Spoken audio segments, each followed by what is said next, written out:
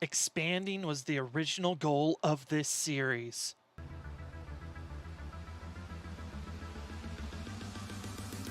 Tonight is the night to expand. The NAISCC Cup Series ended a few weeks ago, and it's time to expand to the Truck Series. Monday nights here on Freaky Fast, it's time to see these drivers, over 35 trucks, ready to attack Daytona here tonight, as we are here for the NAISCC Truck Series. Season 1 was a huge success. As well, some of the biggest drama out there. Danny Cochran, he might be holding on, but they're going to be 3 wide coming to the trial, and it's going to be the 2 by a nose here at Daytona. Danny Cochran winning. And the 3 will see it. Oh no, Cochran for the lead. Oh. Vincent Sora gets bumped, holds on, sliding, wrecking, and it's Danny Cochran up front. Yellow flag before the white flag, and it's mayhem, flipping, carnage off of turn number 4. Oh no, 6 laps to go. Honestly, for John Forbes, Brady Colley, they're not safe. They've got lap traffic that needs to get by quickly here. For the wreck, back Colley. Oh no! No, Forbes from a chance to win, caught up by Eric Grayling. Yeah, that's just stuff you can't do as lap cars, man. And the best rivalry. First, but Danny Cochran's coming through with the 2. If there's any type of move, they're 5 wide behind for 5th.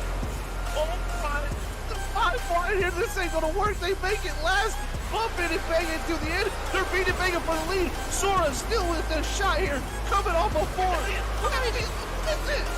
No, it's Sora, Sora's on it. By a nose, Sora, no, Mark Whitley. Oh my goodness. Vincent Sora has made the pass. He's got my Mark Whitley. Will Whitley be able to make the pressure and maybe even bump the 15 to get him out of the way? It's coming right here. There it goes. He sent him, put him in the outside wall. Vincent Sora, get out of here. Mark Whitley wants a win, and Vincent Sora gets moved from the lead back to 4th. You knew it was going to happen, and Vincent Sora is vocal on the radio. Whitley, and it looks like the 15. He tried to get there, overshot. Tom Board's going to fend off, but it's going to be Mark Whitley getting the win and getting his 3rd win of the season here. Mark Whitley, the 77, gets it done. It was the bump and run, but Vincent Board sliding, he saves it. What a save as we're coming to the white flag. Oh no! Mark Whitley got 1, and no, it's for them. There's it's calamity on the front stretch. This race will end under yellow, and Vincent Sora does it again. And when it came to the end, we crowned a brand new champion. For your first season for the NAISCC Race Car Graveyard Truck Series, it is going to be Vincent Sora, your champion, here at the Southern Sports Media Championship race at Atlanta. Season 2 returned just a month later. Time to see who's going to win the first race of Season 2. Taking off from the green, it's going to be the 1 of Brady Colley. Eric Kralik, your front 2, as they roar down into turn number 1. With head-scratchy moments, as well as the best finishes. Into the bus stop, and they're going to be wrecking each other. He takes them out, just like that. The 46 going for a win, and possibly not. The 46 and the 15 here, they come out of the corner, and just like that, Danny Cochran thought of green into the wall, and Again, I don't know about that one, though. That was no. a little bit dirty, in my opinion. The 11 broke down, comes across the line, and wins. How in the world? A dirty air. We'll see what he can do is now. We're going to see. Oh, no. Goodness, no. Purposely wrecking him. Oh, my goodness. What in the world?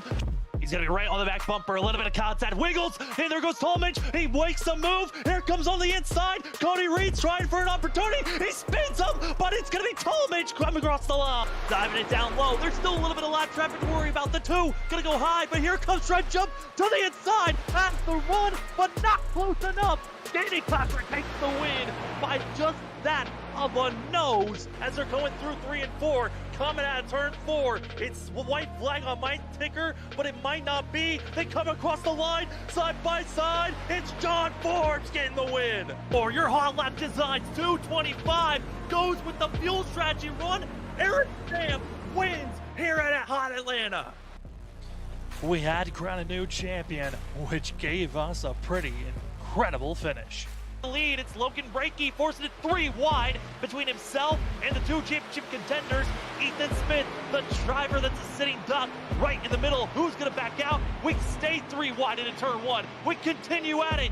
Smith moves up, almost contact with the 29. Holds on for now as here comes that run from Logan Breakey. Contact bump to the 2 and drops it down low. It is constant chaos and the championship drivers can't get away. He gets wrecked. Spun is Danny Cochran. Holds on and the wrecking goes on. Ethan Smith continues to go. And oh no, for the 2, Tom Bourne in the outside wall. But where is Jump? He's trapped in that of 11th place. Trying to make it any way possible to get by the 00. The wrecking behind. Jump. Christopher Norris make contact. Norris gets spun around. This race isn't over just yet. We stay green. No yellow flies. And Norris continues to roll. Less than coming up to 10 laps to go. And the flare is still there. And it's going to be Ethan Smith between himself and Danny Cochran. It's Cody Reed. And here comes the 2. Putting the bump, the pressure, the contact. Get him out of the way. Danny Cochran wins the championship. I tell you what, these guys, anything can happen, man. I tend to go, I do not know what is going to go down here. This race is getting crazy, boys. And Danny Cochran, like you said, he doesn't care. He's going through. It's going to be a mano-a-mano battle. His jump back here, with that instant between him and Norris has slid him back so far. He's just going to have to hope for something to happen to these 2 up ahead of him. Luckily for him, though, there's no trucks in between. These 3 here, all going for glory, as now Jump goes to the inside of the 00. He is coming with fury, and he is looking really fast right now. He might be the one with the upper hand here with 6 to go. Does he have the grip anymore? And that is going to be Ethan Smith. The tire's just too worn, too old, and no longer able to hold on. But it's the beaten and batter number 2, and also the beaten and batter 46. They now have the fresher tires, and it's Trent Jump to the outside, trying to make the move. You think back to Las Vegas. It's been history, it's been demand, it's been pressure, it's squeezing up to the outside wall. It's going to be the 2, a little bit of contact. Let's go 3 wide, 5 laps to go here at Homestead for the championship. And it's Ethan Smith not giving up on those older tires, squeezing by a nose. And if we had to calculate who was going to get the championship that go around, it was Jump by just that of 3 thousandths of a second. Will he be able to hold on for 5 more laps? As there goes the 46. He makes to pass him. I do not know how he's driven back up here. I'm telling you, the lights have clicked on, and the 46 has just clicked on also. So Zach, who's going to get the win tonight between these drivers? Oh man, it's very dicey here as they head to 3 and 4 for the second to last time here tonight. The 41 with the look to the outside. Will he have the run coming to the white here? It's going to be a last lap dash. Who's going to get it done? The Fletcher Flores white flag is in the air. This race is official. Will it be that a Trent Jump getting the championship? But we'll go back to that. But first, who will become a first-time winner? Will it be GT Rizzari with so many woes, so many late blocks and being pushed around? Or will it be Trevor Earhart, the bad luck, the misfortune? The 41 is doing his best, running down that of GT Rizzari. He's got one more chance. He's not close enough. He's got to get the better run. Here comes that of Earhart to the outside. Any type of run possible, it's not going to be good enough. GT Rizzari's going to get it win for himself, but at turn number 4 for season 2, the rookie Trent Jump gets the championship. It all started with expanding, but it had to turn into its own.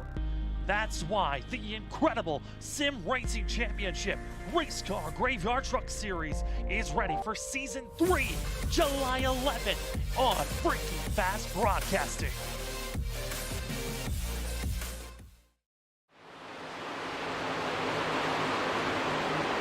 Welcome, ladies and gentlemen. It is July 11th, which means it is time for us to watch some Monday night truck racing action here on Freaky Fast Broadcasting. As it's a new season, a new look, but the same drivers that we've been seeing for the past 2 seasons. It's time for Season 3 to see what that of the ISRC Race Car Graveyard Truck Series is going to bring us. And big thanks to Race Car Graveyard coming back for a 3rd season to be the title sponsor. If you're looking to get into the diecast collecting game, this is your one-stop shop. They've got that of customs. They've got classic diecast, and they've got plenty of others ranging from that of 1/64 ratios to 1/24 ratios. It is a pleasure to have Race Car Graveyard back for another season, as tonight the drivers get set as we're coming to the track that sets the stage every season, Daytona, for welcome to the incredible American Race 250 here at Daytona. As these drivers are set up and ready to go, we're ready up here in the booth on Freaky Fast Broadcasting. As for myself and for my co-hosts, we're ready to give you the show. My name is Sam Dyer. With me is Zach Hall and Robert Moyer running productions. Zach, here tonight, drivers are getting set. We've got old, we've got new, we got returning. We've got some drivers that are going to give us certainly a lot of excitement. But man, we get to see how it all goes down tonight for 90 laps. What a start here to a new season, a new name, but it's going to be the same great show here on Monday nights as always on Freaky Fast Broadcasting with this wonderful truck series we have here on Monday nights, man. It's been two amazing seasons. I mean, that video we just got to watch, it brought chills to my body because, man, the races we got to call last season were so great. The season before that, just the same. And with the names we have coming into this season here in season 3, and the names are turning, I'm telling you, this right here is setting up to be possibly the best one of the 3. I just can't wait for a start of tonight and get this season rolling, as we had a short little off season, and it's nice to get right back into the action. Yeah, I mean, it was so short, only 2 weeks for these drivers. They got to have a little bit of fun with some Thunder races of just testing out a lot of different tracks that potentially could be coming in future seasons. But I got to say, the names that are coming in from season 2 to season 3, we've got our recurring, our champion coming back and defending champion, that going to be a Trenton Jump coming back this season. He's got a huge target on his back. We've got a lot of other drivers with huge targets on their back. But the rookie class that's coming in this season, there are some heavy hitters. We saw Trent Jump as a rookie come in, only got 1 win that rookie season, but got the championship done. But Zach, this season, this class of rookies could be even stronger than season 2. No doubt. This class of rookies right here is just a list of names that really are eye-popping.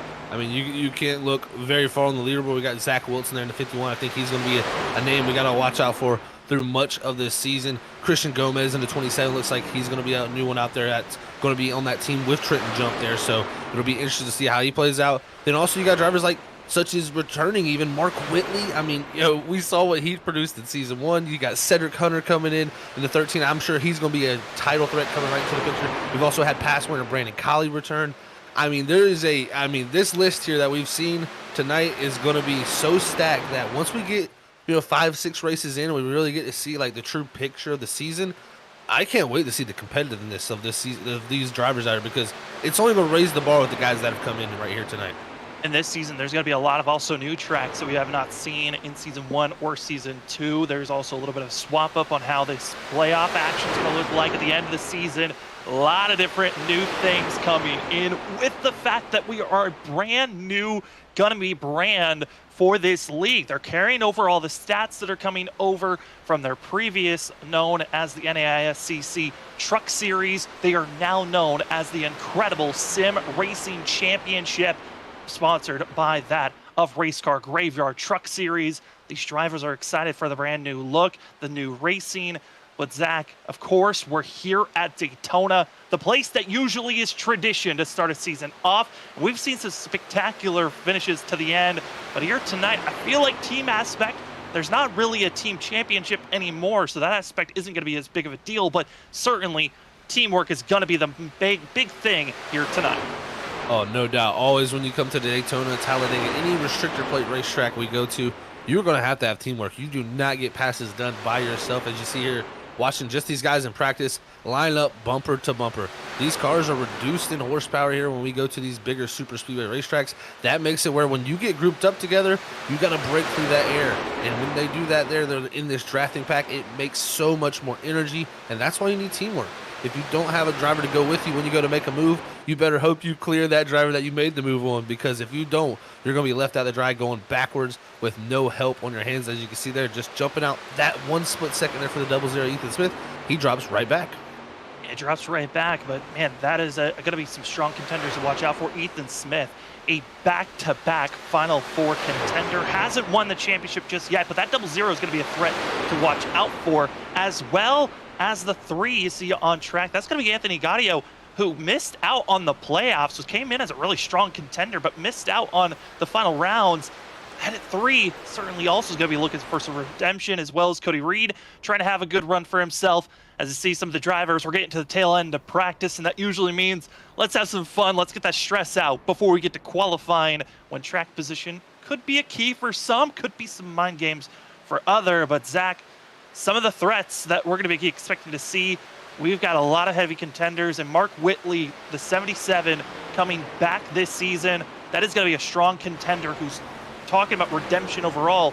This season is his season to go for a championship. This very well could be the one. I tell you, I mean, we saw the battle with him and Vincent Sora. I mean, it was epic all the way down to the end between those two. And Mark, you know, a four-time winner here. He's shown the pace in the past, be able to get himself up front and battle for wins. I do not doubt that to be something that we see very frequently throughout the season. So we'll see that number 77 right in contention for majority of the races, I imagine. But he's got some other guys that are coming in that are definitely going to be right there with him. And we also got to think about, like we said, Trenton Jump's coming back as our defending series champion. We haven't seen that yet. You know, we got Vincent Sora to win that first season. He has not returned since then. So since that season, we haven't had a defending champion go out there and try to defend that championship. And that kind of does put the mark on your back, saying, hey, that's the guy we need to go out there and beat. So it kind of makes people race you just a little bit differently. So we'll see how that works out throughout the season. I mean, Trenton Jump, he had a hard-fought battle to get that championship, so we know how mentally tough he is. So he's going to be just fine, I think, battling with these group of newcomers coming in. And, you know, coming back, that battle you talked about, winning the championship, that was at Homestead, and you see their teammates getting into one another. Again, this is during practice. The drivers will reset, get ready for qualifying, but those big wrecks that you just saw on screen, that is something that these drivers all are going to have in the back of their mind. The big one.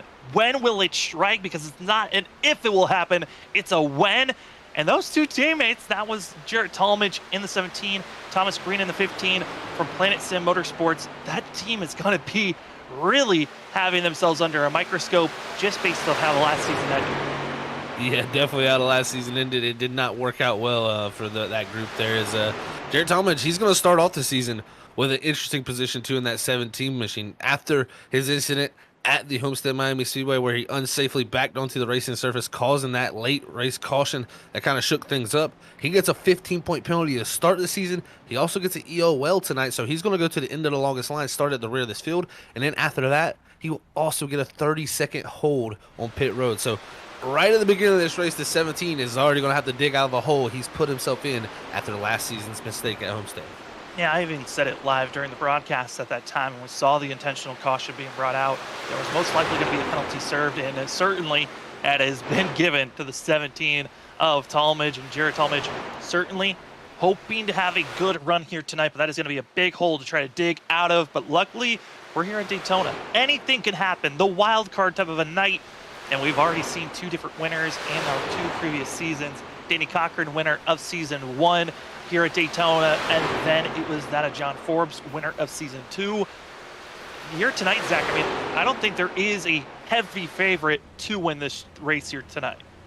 No, I look at the list here, and I mean, you could just pick a random name personally here tonight at Daytona. I mean, this truck package here at Daytona is so wild. There's so much energy that gets built up, and a lot of times when you have that style of racing at Daytona, where you can generate runs frequently like these trucks do, it causes a lot of collisions. So I'm expecting to have a mixed lineup here tonight. Drivers that could struggle throughout the rest of the season could perform very well here tonight. Daytona is about missing the incidents and being there at the right time and getting to that checkered flag first. And I tell you, it's going to be fun to watch for sure, as we got so many different new names. And the other thing you got to think about, a lot of leagues we have here, they usually use a fast repair at a super speedway like this. Not here at the ISRC truck series, as they're going to be not using those fast repairs, and that is a huge thing. You get in one incident that ruins your truck, you're out of this race. There is no reset button. This is over and done. So these drivers got to be careful, and I think you'll see probably, some drivers out there, they're having some fun here in practice. Not looking to do that right there early because you don't want to use up your truck because you don't want to be limping around early in this season. No, you really don't, and that's going to be the big thing to watch out for is how aggressive do these drivers really want to come into this race here tonight. I know usually talk to the drivers and kind of get a range on how everyone's feeling. Usually when we come to super speedways, it's always the let's hope that we're calm in the first, handful of laps and so we can make it to the end. But you got to say this series not well known for keeping it calm, at least in the first 20 laps. It's after the first or second big one that we start to calm down. So hopefully you're here. Hopefully you can go contact friends, share the stream, get the likes out there, get comments, because this start of this race is going to be chaotic. And I'm expecting these drivers to go 2 wide, potentially 3 wide early on. Not expecting them to go single file until much later into this race. But before we get too ahead of ourselves on racing, let's take a look how qualifying is going to go here. Zach, 5 minutes, 2 laps. Who can get the fastest lap out here to start Season 3 of the ISRC Race Car Graveyard Truck Series? Yeah, and this is where the strategy begins because we're going to see some guys not take times here. You're going to see guys that don't elect to take qualifying time and try to start out back and ride out back, where some drivers are going to feel up front and up in that lead is going to be the safest spot. Then you also have drivers that want to qualify up front, lead a lap, then get out of the pack. So there's so many different games being played right here, but a lot of guys going out here to put down their fastest laps, and we'll see who can put themselves atop that board here after these first 5 minutes. But that stage caution at lap 40, that'll set you up well to get stage points there if you can start up front. But we know how Daytona works out. It can be a mess very quickly. Just because you qualify up front doesn't mean you're safe. Absolutely not, and some drivers might even think about not even qualifying at all just to stay in the back and trying to keep yourself out of trouble. As here is the 3 of Anthony Gaudio going to be starting things off. And Zach, when we talk about qualifying, for the longest time, it was always ride high like we're seeing from the 3, build up that momentum. But things certainly have been changing here recently on iRacing. Yeah, they really have, and it's kind of from car to car. It's going to be interesting to see what this truck does. As you're seeing Anthony Gaudio here, he's electing to do the older style of qualifying we've seen here, and that's stay up against the wall here on this first lap and on your out lap. He's trying to build as much momentum as possible, but you don't want to get too close to the wall here also in iRacing, as we do generate a little bit of drag there from that wall with the aerodynamics. So you'll see he'll take about a half a truck length off that wall, right on that dash line, trying to carry as much speed. Looks like Ethan Smith here also electing to do a similar type technique here on the first lap. So maybe that's what they figured out with this truck so far this season. It's better to build the momentum up classically like we would, but some drivers, they're going to go straight to the first lap and try to put down their fastest time, as some cars we've seen and some drivers be able to put down that faster lap in the very first one. Who's going to be aggressive? Who's going to find that pace for themselves? As here is the 71 of Carl Pooler, qualifying, focused, and this is a feature that we've put on other broadcasts, and we're happy to bring it here. It is driver cams that we're going to be seeing here tonight. We got a handful of driver cams to be working with here tonight. And Zach, usually we see the driver cams on Thursday night for the Stars and Stripes series. It's so interesting to always see how the drivers are reacting while racing on track.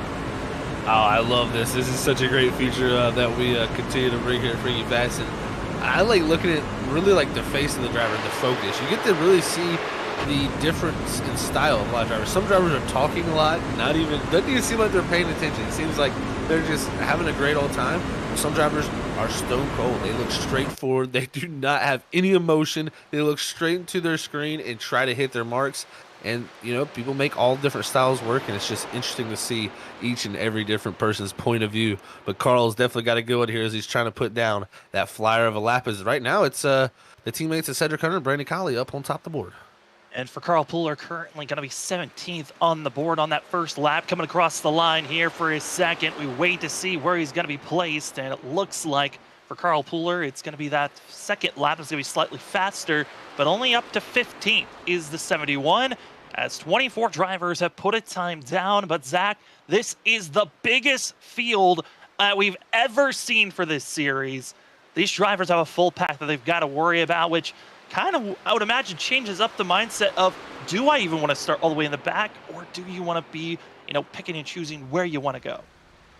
Yeah, this is a gigantic field. I just noticed that too, Sam. I was thinking we were around 37. I just noticed we did hit 40. So, man, this is going to be a wild pack. And like you said, you're possibly going to be looking at drivers not looking to get into this. They're going to be trying to get out of this situation very quickly. I think you'll see a couple packs being formed here early once we get this race started. But with about 40 seconds left, I've been looking through the lap times, and the drivers that put down the lap on the very first lap, it's seeming to be the lap that has prevailed here. So it looks like Cedric Hunter, Brandon Colley, Kyle Rochelle, Eric Stamp, and Mark Whitley, all 5 of those drivers doing their fastest lap on that initial lap.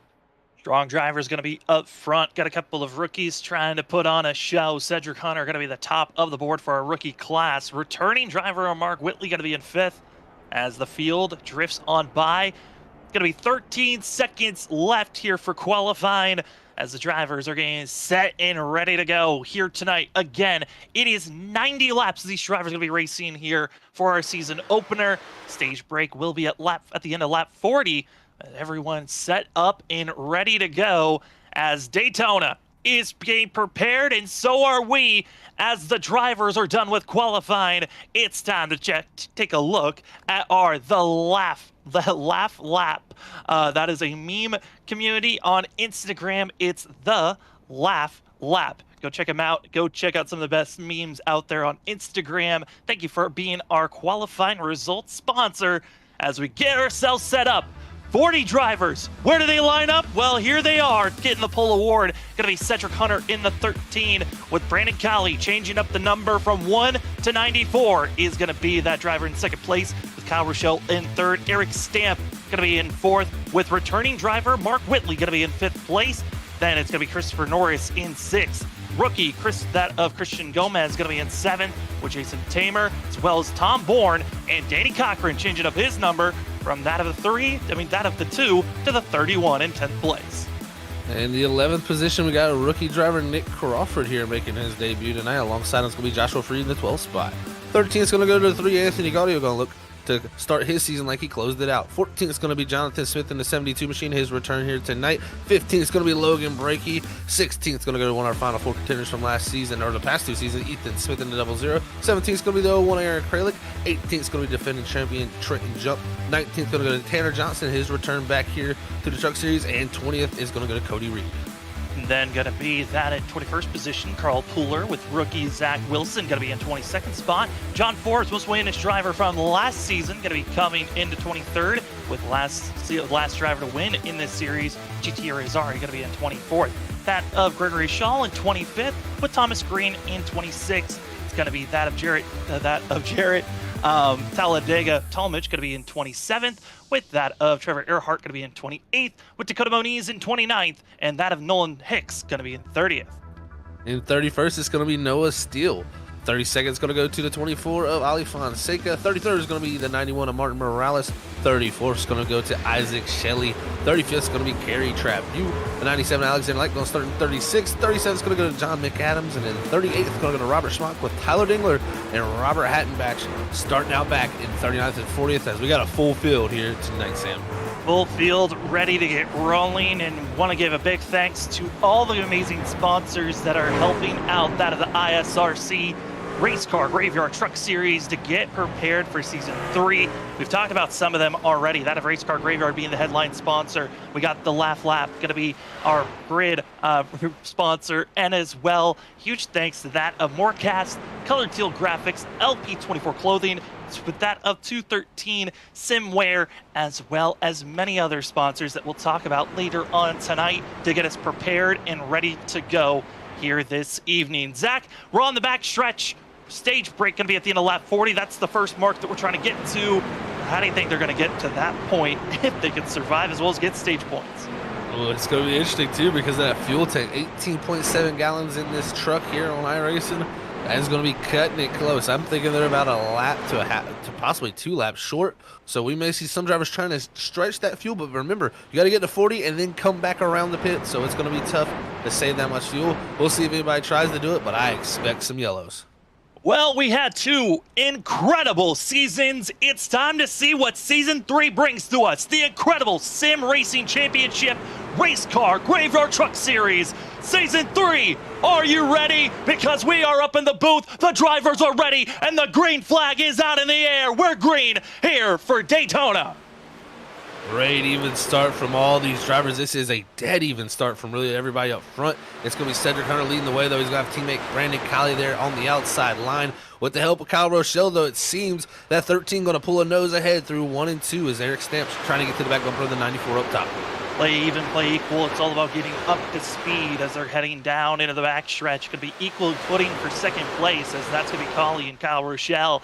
Drivers changing up their schemes, changing up their numbers for some. It's going to take a little bit for us up in the booth to make sure we're good on numbers, as there's a good cluster of drivers. You see them on the apron trying to fall back, get out of the danger zone, which has got to be a little bit careful getting back out on track. But up front, it's all the 13 trying to lead the first lap of Season 3 is Cedric Hunter, but here comes the charge of Colley on the outside. Yeah, Colley going to try to steal this lap there from his teammate, but it looks like Hunter going to hold on to it at the line. So first lap here in this truck series, he will lead it here. But look at the outside line surge down the front straightaway. It's going to be the 94 who's pulled a nose ahead. Can he get down low, get in front of this 13? I think that's going to be looking to be the game plan for these two. Or do you stay in line and work with one another? Plenty of teammates that we're expecting to see here this season working with one another, but this is all about teamwork to the maximum. Do you assist the other drivers that you're working with? As Brandon Colley and that of Cedric Hunter, will they get in line and work with one another, or will they continue to just feel comfortable leading their lanes? As the rest of the field going to be seeing that of our front about 17, going to be, top 15, all side by side working with one another. But then you got a long trek of drivers deciding to go single file. Some even deciding to lose the draft of our leaders to just stay comfortable with where they're at. The question is, Zach, how aggressive do they want to be? This is a lot more calmer than I think I was expecting to see for these drivers in these first handful of laps. Yeah, these front 15, they're definitely going at it a little bit here for sure with this side-by-side racing. But like you said there, from 16th on back with Ethan Smith, they're pretty much just in a calm, nice straight line. Then from them, they got a pretty big gap back to that 28th position being led by Ali Fonseca, who's leading another line. So, like I said, multiple groups forming here early in this race. A few guys taking the cautious route here. But other guys up front like this, they seem to be looking to lead laps, get points, and try to do their best they can here in stage number 1, because we've seen last season, stage points are very, very critical for making your race a great point race. But, man, can you take the risk here tonight is going to be the big question always at Daytona. But right now, having some great racing up front. And as our drivers go through turns 1 and 2, they've made the pass. That of Jared Talmadge had to get an EOL at the start of the race, like we noted on. Penalty from the last race of Season 2, bringing out an intentional caution. 17 going to be now mired a lap down after concluding that of a 30-second hold. And now going to be back out on track as these drivers get rolling and ready to go here, Zach. I mean, certainly we're starting to see some drivers in the middle of the field thinking about potentially trying to go 3 wide, as it's going to be that of Mark Whitley, who's in the middle, trying to change and mess things up if possible, but finally gets in line on the inside, going through the trial. Yeah, definitely an interesting move from there from him to 3 and 4. I was watching his line and was running way up the middle of the racetrack, trying to almost force that Joshua Freed 96 on his outside up the racetrack to get in line behind Tamer there. He must be trying to go forward and push that line forward. He's feeling a little bit impatient there in that line, but right there couldn't get it done. He's got to fall back to that inside line. But again, there goes Brandon Colley jumping down up in front, but it's going to be Stamp getting the big push there from the outside from Christopher Norris. That's really going to excel him to the lead there, but that bottom lane comes back through the corner. And the bottom line is going to be finding their surge, especially on the entry in the center of the corner. It's on exit. Watch out for that outside line. If they got enough trucks in line, they're cutting through the air, working together, building up more speed. They're going to get a bigger run on the exit of the corner. But the big thing to watch out for is, do you wobble and make any mistakes? So that's going to be a big struggle for themselves, as our leaders are in line working with one another. Drivers that really aren't back in 28th position, side drafting, hurting those drivers. Going to be side by side. These drivers are 5 seconds off from our leaders. But Zach, this is not the way that you want to keep up with your leaders. They're already lost the draft of our lead group. That's all in line. Yeah, it seems like they want to change up who's leading this line. Fonseca possibly not going fast enough for liking for a majority of these guys. That's why you see him jump to the outside there. But they definitely lost a good portion of time. Morales now leading this group in the 91 machine. He's going to try to catch up to the back of Kerry Trabu up ahead of him. Or sorry, not Kerry Trabu. It'll be Isaac Shelley up ahead. So trying to catch up to that group up ahead. It looks like he is starting to do it because of how much checking up is going up in that line. But he definitely didn't want to get too far behind, as they've seen before. You can quickly lose a lot of time here at Daytona if this thing stays green all the way to the stage. And right now you've been seeing bouncing up and down for our leaders, that of Eric Stamp and that of the color teal racing team. Well, his teammates and going to be champion of last season, Trenton Jump, going to be in 22nd position for himself, having his teammates that of Logan Brakey, and as well team owner and now racer this season, at least for tonight, going to be Tanner Johnson in the 23. Going to be seeing these drivers trying to work with one another, but this is an interesting call, seeing one of your teammates up front battling as hard as he is, as Eric Stamp is currently in second place and trying to get the lead. And for everyone else, they certainly are picking and choosing how comfortable they want to be in the middle of the field. Is up front, changing things up. Mark Whitley from that of 7th up to the lead. Yeah, Whitley jumped to the outside line. We had Brandon Colley, Cedric Hunter, Kyle Rochelle in that first 3 trucks. And then once Mark Whitley saw an opening to jump out in front of the 53 of Stamp, he took advantage of it, got to the lead. But now Eric Stamp getting that good push from the outside of the 27 of Christian Gomez, and then we're going to try to take the lead for that 53 machine. But right now, still 2 predominant lines here in our front 15.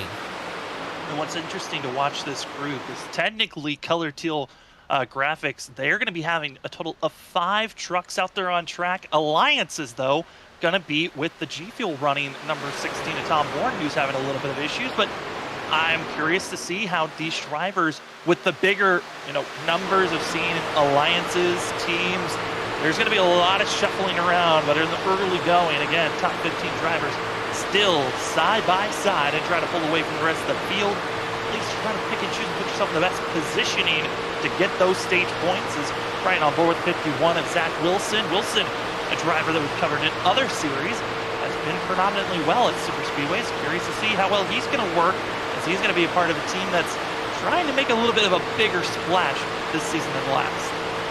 Yeah, definitely that team's going to try to come in here and make a pretty big splash. Really, other than Gaudio from that team, it really did not work out for that team Watson. So we'll see how they can start off this season. And Zach Wilson going to be looking to be a strong driver here for him coming up through these next few weeks. But right now, it looks like those lines of packs there behind this group have all seemingly caught right back up to this group, as it's about only a 0.3 of a second gap there being led by the 00 machine of Ethan Smith, as we look back here to the Logan Brakey led line of this 29 machine here. Logan Brakey, big thing to watch out for this driver as we're going to driver cam is how much communication is there truly going on. Again, having his teammates behind the 29. Again, this is Logan Brakey's cam that we're seeing right in 21st position, but Zach, communication also going to be a big thing to watch out for these drivers. No doubt, as right now communication very key. As we're coming to pit road, things are happening fast, and I think drivers know they can make it to the end of this race or the end of the stage here by hitting their pit stops now. Right here, running this race backwards. We got a car going left. Looks like Mark Whitley's having some issues. He's down on the apron. Mark Whitley, big issues for himself. Gonna have to try to get rolling and has completely just messed up for himself. He has to pull to the side, and Zach, that's a worst case scenario as he took a toe to pit road. Mark Whitley, a driver we thought was going to be a contender for at least tonight in the championship, is on the off foot and now going to be in trouble of going a lap down potentially. That is not a good look for him. There is, I think, he just actually completely pulled from the server, and something must have come up, must have had to get it go away, because man, unfortunately, hopefully everything's all right there with Mark, because that was a sudden pull off of the racetrack and turn back to pit road, get out of the server. So hopefully everything's going all good from there. But man, I tell you what, pit road was super busy last time by. That was kind of amazing to watch. More drivers hitting pit road. Anthony Gaudio, John Forbes, as well as last super speedway winner, that going to be John McAdams, going to be coming into pit road, as we've got a total of that of 12 drivers still needing to make their pit stop. And this is going to be a big charge on who can get this pit stop done as fast as possible without making mistakes. But I think, Zach, always with the art of pit stops is how clean you can also get out of pit road with your pack of drivers. No, it really is, Sammy. I tell you, the one thing that is super tough, like you said, getting back out on the pit road, is putting the power down. You would think in these, the tire wear wouldn't be that much here, and it's really not. What it is the tire temperature. The tires are so highly temperature-wise. When you come down to pit road, you pick up a lot of stuff, and the tires are just destroyed at that point. Oh man, we got some crazy stuff going on in the back straightaway with our drivers. This is actually Ethan Smith going around in the back straightaway, as I think he isn't going to bring out a caution. He's back way off in 3 and 4s. We're looking at this group here. Ethan Smith, though, his night is possibly going up in smoke here quickly. Finalist making contact. Danny Cochran trying to make a move on the 0-0, but spins out. That of Ethan Smith. The 31, lazy block from Ethan Smith that got him spun around. And I got to say, that's nothing on Danny Cochran. Made a clean, try to go for a pass, but the 0-0, lazy blocks. If you're too slow, you can get spun like the 0-0 did. Yeah, definitely a super lazy block there from Ethan Smith. And, I understand the blocks and stuff in super speedways, but man, 14 laps in, you're risking a lot and putting your race in someone else's hands.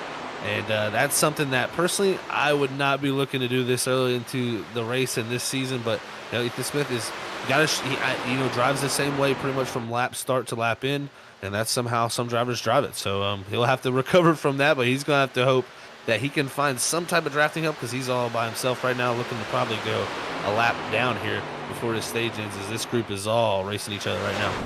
This is the group that we were just watching. Going to be all the drivers that had already come into pit road. Here is that of the 0-0. Going to be mired back in 37th position.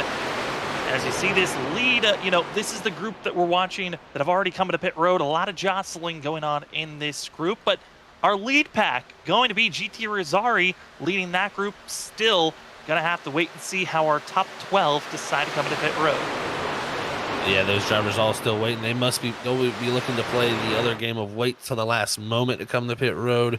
Possibly even look to just take a splash of fuel, make it a little bit of a quicker stop here than possibly all of these drivers who had to take a little bit more fuel than they did.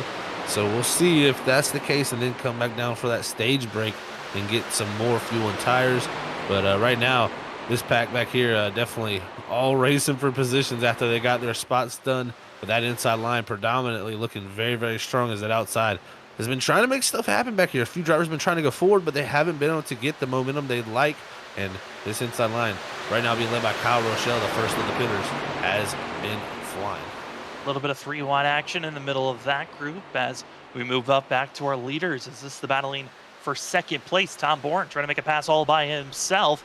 Looks like the 16 might have to go backwards and catch up to his allies of that of Gomez, Stamp, Breaky, Jump, Tanner Johnson.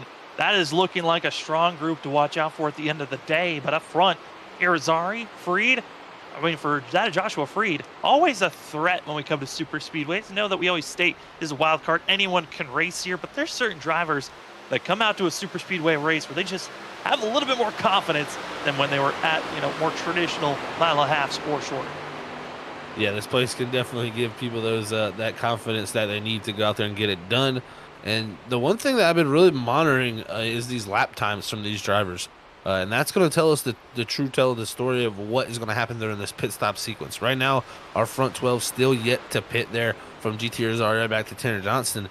Right now, our leader GT running a 50.092. That second pack being led by Kyle Rochelle running a 49.493.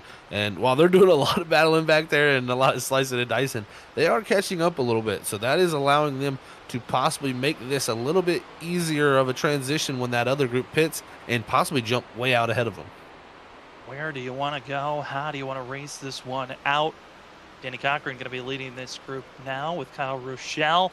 And also, we've talked about some of the rookies that are racing out here. Going to be seeing some of them racing in this Pack 99. That of Robert Hattenbach, going to be one of those drivers that decided not to qualify, was last place because it's based on, if you don't qualify, it's based on your I rating. And the 99 having the lowest of the I rating doesn't mean that your skill level, for racing is bad, but certainly is always going to be awareness for a lot of the drivers. If you're a driver that automatically gets put in last place, everyone's going to keep your eyes out on how this 99 is going to run, but at the same time, he's showing off. He could try to hold the line the best that he can, and that's always a factor for a lot of these drivers early on of who is the cleanest driver and who could I potentially work with later on. No, it definitely is interesting to see.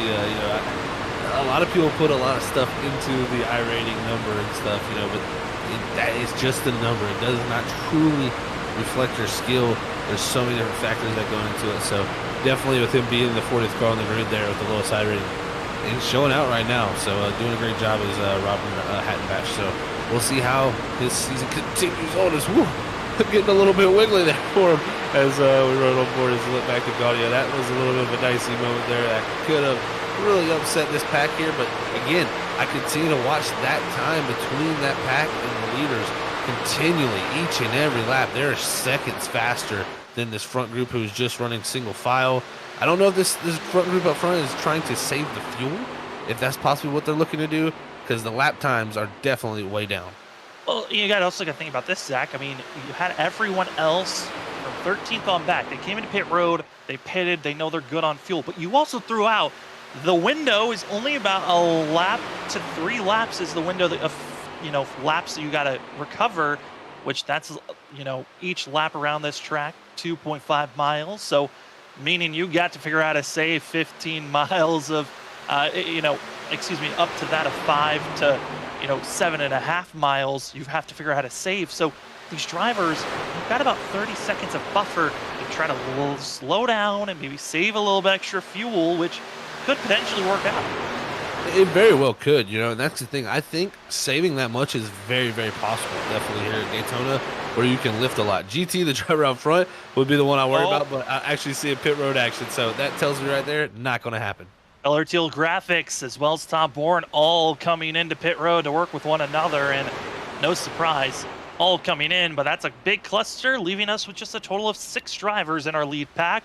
A little bit dispersed are they, as for that of Joshua Freed trying to catch up to that Jonathan Smith's back bumper, but drivers certainly recognizing, come in, get the fuel. You talked about some drivers thinking about the halfway marker. Well, this is halfway for the stage break, going to be at that of lap 41 for themselves as drivers are getting set. Color Teal Graphics, that waiting for so long, it is now going to place them all the way back to the practically last place of drivers on the lead lap. Interesting call for themselves. Might be thinking about just stay out of trouble as our front runners. Another cluster of drivers come to pit road. Yeah, it doesn't look like anybody going to be looking to stretch it here unless GT Irizarry, Nolan Hicks up front. These two are the lone drivers out here right now. They'll be looking to do something, and they got Robert Schmock with them, who is a lap down already. But, man, that is not a good feeling to have 2 cars. They're going to be losing so much time. You saw how much that the Color Teal Graphics team lost. Well, it's going to be even larger for this group here as that pack behind them flying at this point compared to them. Just trying to stay out. I mean, they technically could still try to go for the try to stay out as long as possible, but yeah, it'd be a very difficult opportunity to go for, as that of Robert Schmock, like I said, topping up and being on the board. Talked about drivers coming back. Rather that of Mark Whitley was obviously a threat to watch out for, as here they come, that of Irizarry and Hicks, but Robert Schmock being back, coming back for another season. That's another one of those drivers that didn't race as much last season, but good to see him back, as now Danny Cochran, also going to be the 25 of Cody Reed on the outside, who is going to try to take the lead as drivers are set up and ready to race it to the end of this stage break. Yeah, with those front 2 pitting, it's now the battle for that lead, like you said, and that, the Color Teal Graphics group, they're about 4 or 5 seconds behind this pack. This might not be a bad idea from what I'm seeing. This is already getting pretty aggressive from these guys, some of the moves I've been seeing made. So when we get down to that, 5 to go point in this stage, there's going to be big blocks. And I expect at some point here, we may see something happen. And those drivers that are 4, 5, 6 seconds back, it could very well be the saving grace for them not to get in this incident right here. So we'll see how it all plays out as we look back to that group that pitted. And that just shows you the timing of your pit stop here at Daytona and pit strategy is so key. The lap time is a very, very important thing when you're trying to make time and distance up. And if you're not an efficient group pushing, you will lose time. And that's kind of what happened to this group here. And they're going to be back mired about 12 seconds off of our leaders, which our leaders, we saw there on screen for a quick moment, of everyone that was attached to that group. Top 23 all attached in this pack in some fashion. A total of that of going to be of 24 drivers, with some lap cars being grouped in, as driver that's last on track that's still running. It'll be 39th place runner up Noah Steele, who had a bad pit stop, lost the draft to our other group, so they're trying to figure out how to get back up to speed. But certainly, all these drivers right now, especially for our leads, side by side, aggressive driving. But I got to say, top runners, that of Cody Reed as well as John Forbes, runners of that of the Blackjack Racing team. It's a strong team to watch out for, as Cody Reed, Ethan Smith, John Forbes, John McAdams here tonight. If all 4 drivers can get in line, they're probably one of my favorites to watch out for, with John Forbes winning last season's Daytona 250. No doubt, yeah. I mean, you got to definitely look to him to be one of the favorites, and then also Danny Cochran winning the inaugural one here in this truck series. So he's right up front where he was at one point, and I tell you what, it's gonna be fun to see. And you know, the John Forbes thing that's cool about him is, you know, 5 career wins so far. But man, he could look to go out there and I think you brought this stat up, Sam, and tie Vinny. So Vincent Sora there with the most wins. Yeah, Vincent Sora, with his one season that he ran, actually came away with 6 wins in total, which is still the most winningest driver of all in this series. And John Forbes trying to tie that total and trying to become the most winningest driver. Though Mark Whitley coming back, he's trying to become the most winningest driver as well, as he'll be going to be having 4 wins, excuse me, after his first season, and then having a hiatus for season 2 and coming back. This was not the race that he wanted to have, with finishing in 40th position for the 77. But up front, Danny Cochran, another one of those drivers that's found himself in a victory lane quite a few times throughout season 1 and season 2. Oh, no doubt. Yeah, definitely. He started off the inaugural season very, very well there, and won a couple races. Then last season, I mean, he was just lights out at a lot of races and fought all the way down till the championship fight and just came up a little bit short. So, you know, he'll be trying to get right back into that mix. But the 25 of Reed here and him have been side by side for lap after lap here, as this front group has just continued to battle. And there's drivers back there in this group here trying to make something happen, but it's just seeming like a lot right now is there's just people just waiting and biding their time before the stage starts to close in. Trying to figure out where to place themselves, but a group that I'm watching right now in line with one another, going to be back at 11th place. It's going to be Brandon Colley, as well as Christopher Norris, Cedric Hunter, and Crawford, all in line, going to be trying to work with one another. That's a team that I'm interested overall. How are they going to work as a team for themselves, coming in as that of Snowy Desert Racing? Brand new team, a couple of these drivers work with one another, but that is probably the most interesting team as a whole, as after last season, got to see that of Christopher Norris moving to a different team, rookie, that of Cedric Hunter, Ollie switching to a different team, as well as Nick Crawford coming in. It's a strong team to watch out for. No doubt, for sure. I know them guys very, very well, and they'll be contending for no doubt indeed. And right now, they're in the position they want to be. Right now, I think what they're doing is waiting this out and trying to figure out what time is the go time for them, as they're all lined up now. It's just picking and choosing your moments. As right now, Reed up front, he's going to drop down in front and take that lead. As, oh man, they come up on the lap traffic. That got a little bit dicey. Robert Schmock going to be slow to the outside, and drivers were not ready for that 6 to be as slow as he was. The closing rate so dangerous. If drivers are not communicating on where they're at and what they're coming up to, sometimes that awareness level can be detrimental. As side by side for the lead, it's teammates Cody Reed, John Forbes. Forbes on the outside getting a great push by that of Jason Tamer. And Tamer so close to winning last season this race, but was collected in the drivers that ran out of fuel through 3 and 4. And then it was down to John Forbes and Logan Brakey and others to the end of the line. But I gotta say, Jason Tamer, he probably also was looking for a chance to recover after the disappointment of last season. Yeah, he will definitely be looking to do that, because he showed so much speed at a lot of places, but just got caught up in a lot of stuff. So he'll be looking to fix that up there. But what a push from him to get John Forbes to the lead, and Forbes trying to go back-to-back with season openers, and that would be quite the way to start his season after, man, just a really tough ending. You got to think about it. I mean, unfortunate that he got caught up in that incident there with Aaron Kralik spinning into 1 and 2 and just had nowhere to go for him. So tough break there as they go by the 17 of Jarrett Talladega there, as they get past him, putting him a lap down. And that's going to be 2 down for him now.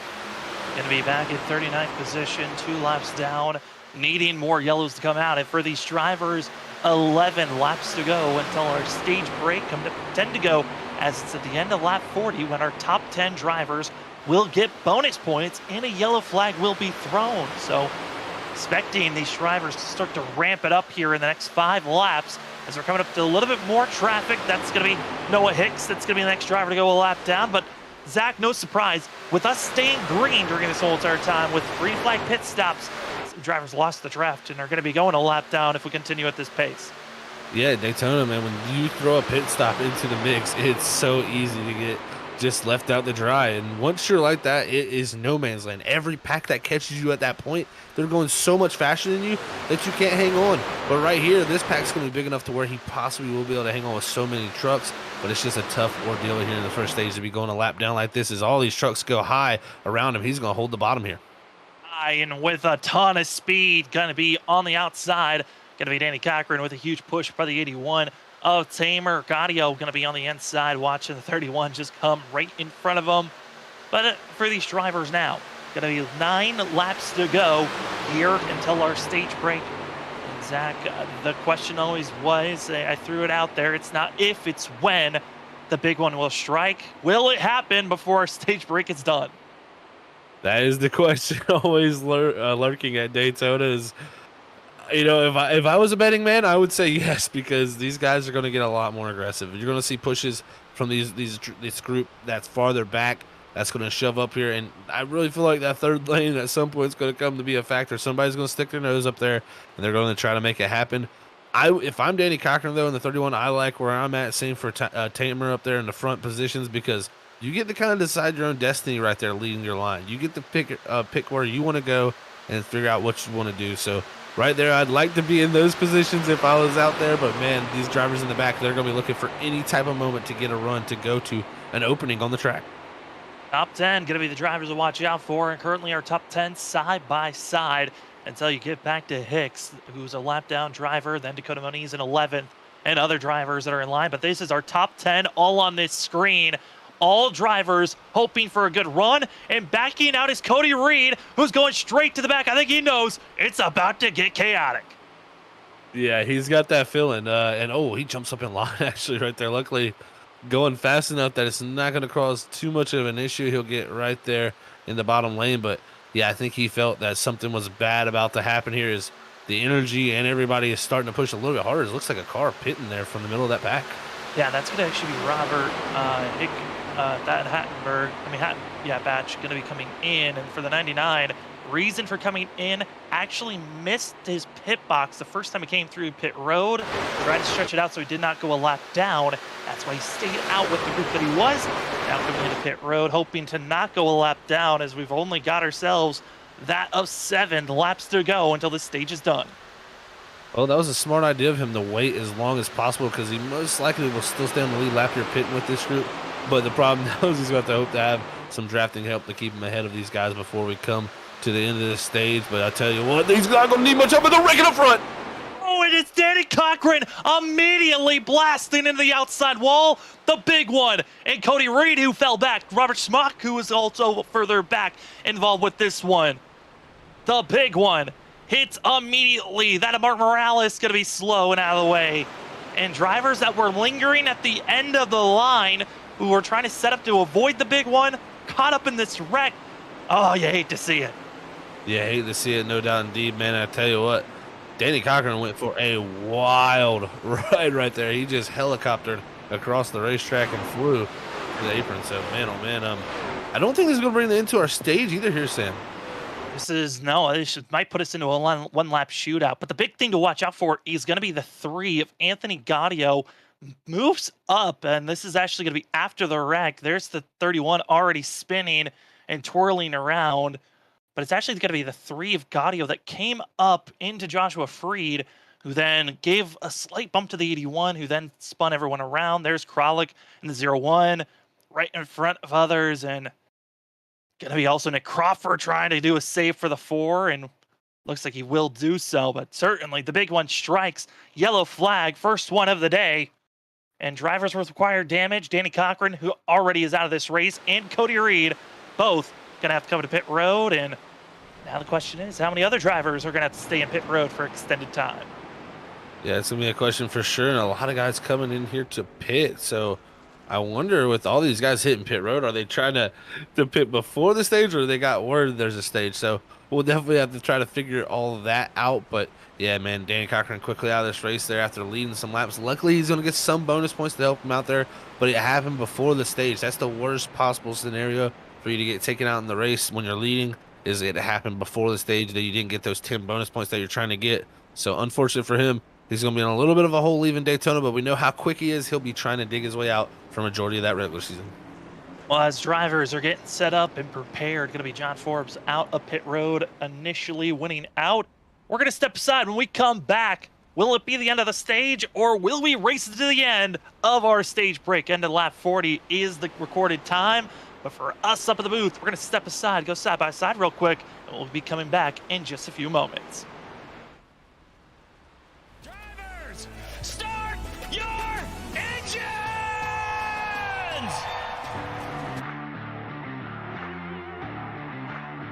4, 3, 2, 1, green screen.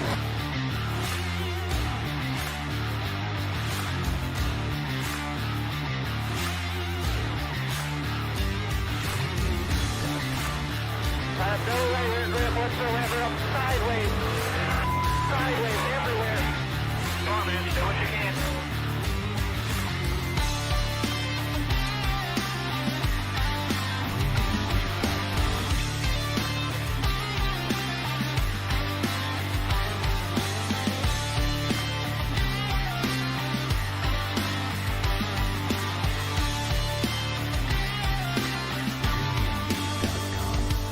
The vibration in this car is the worst vibration that I've ever had, and the shifter's broken again.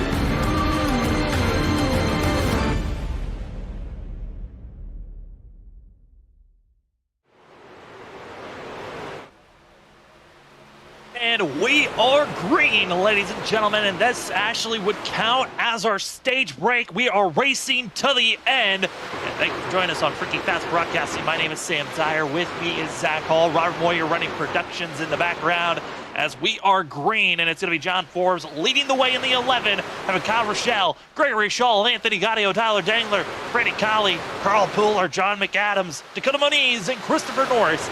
Your top 10 so far as they're roaring down into turns number 3 and 4.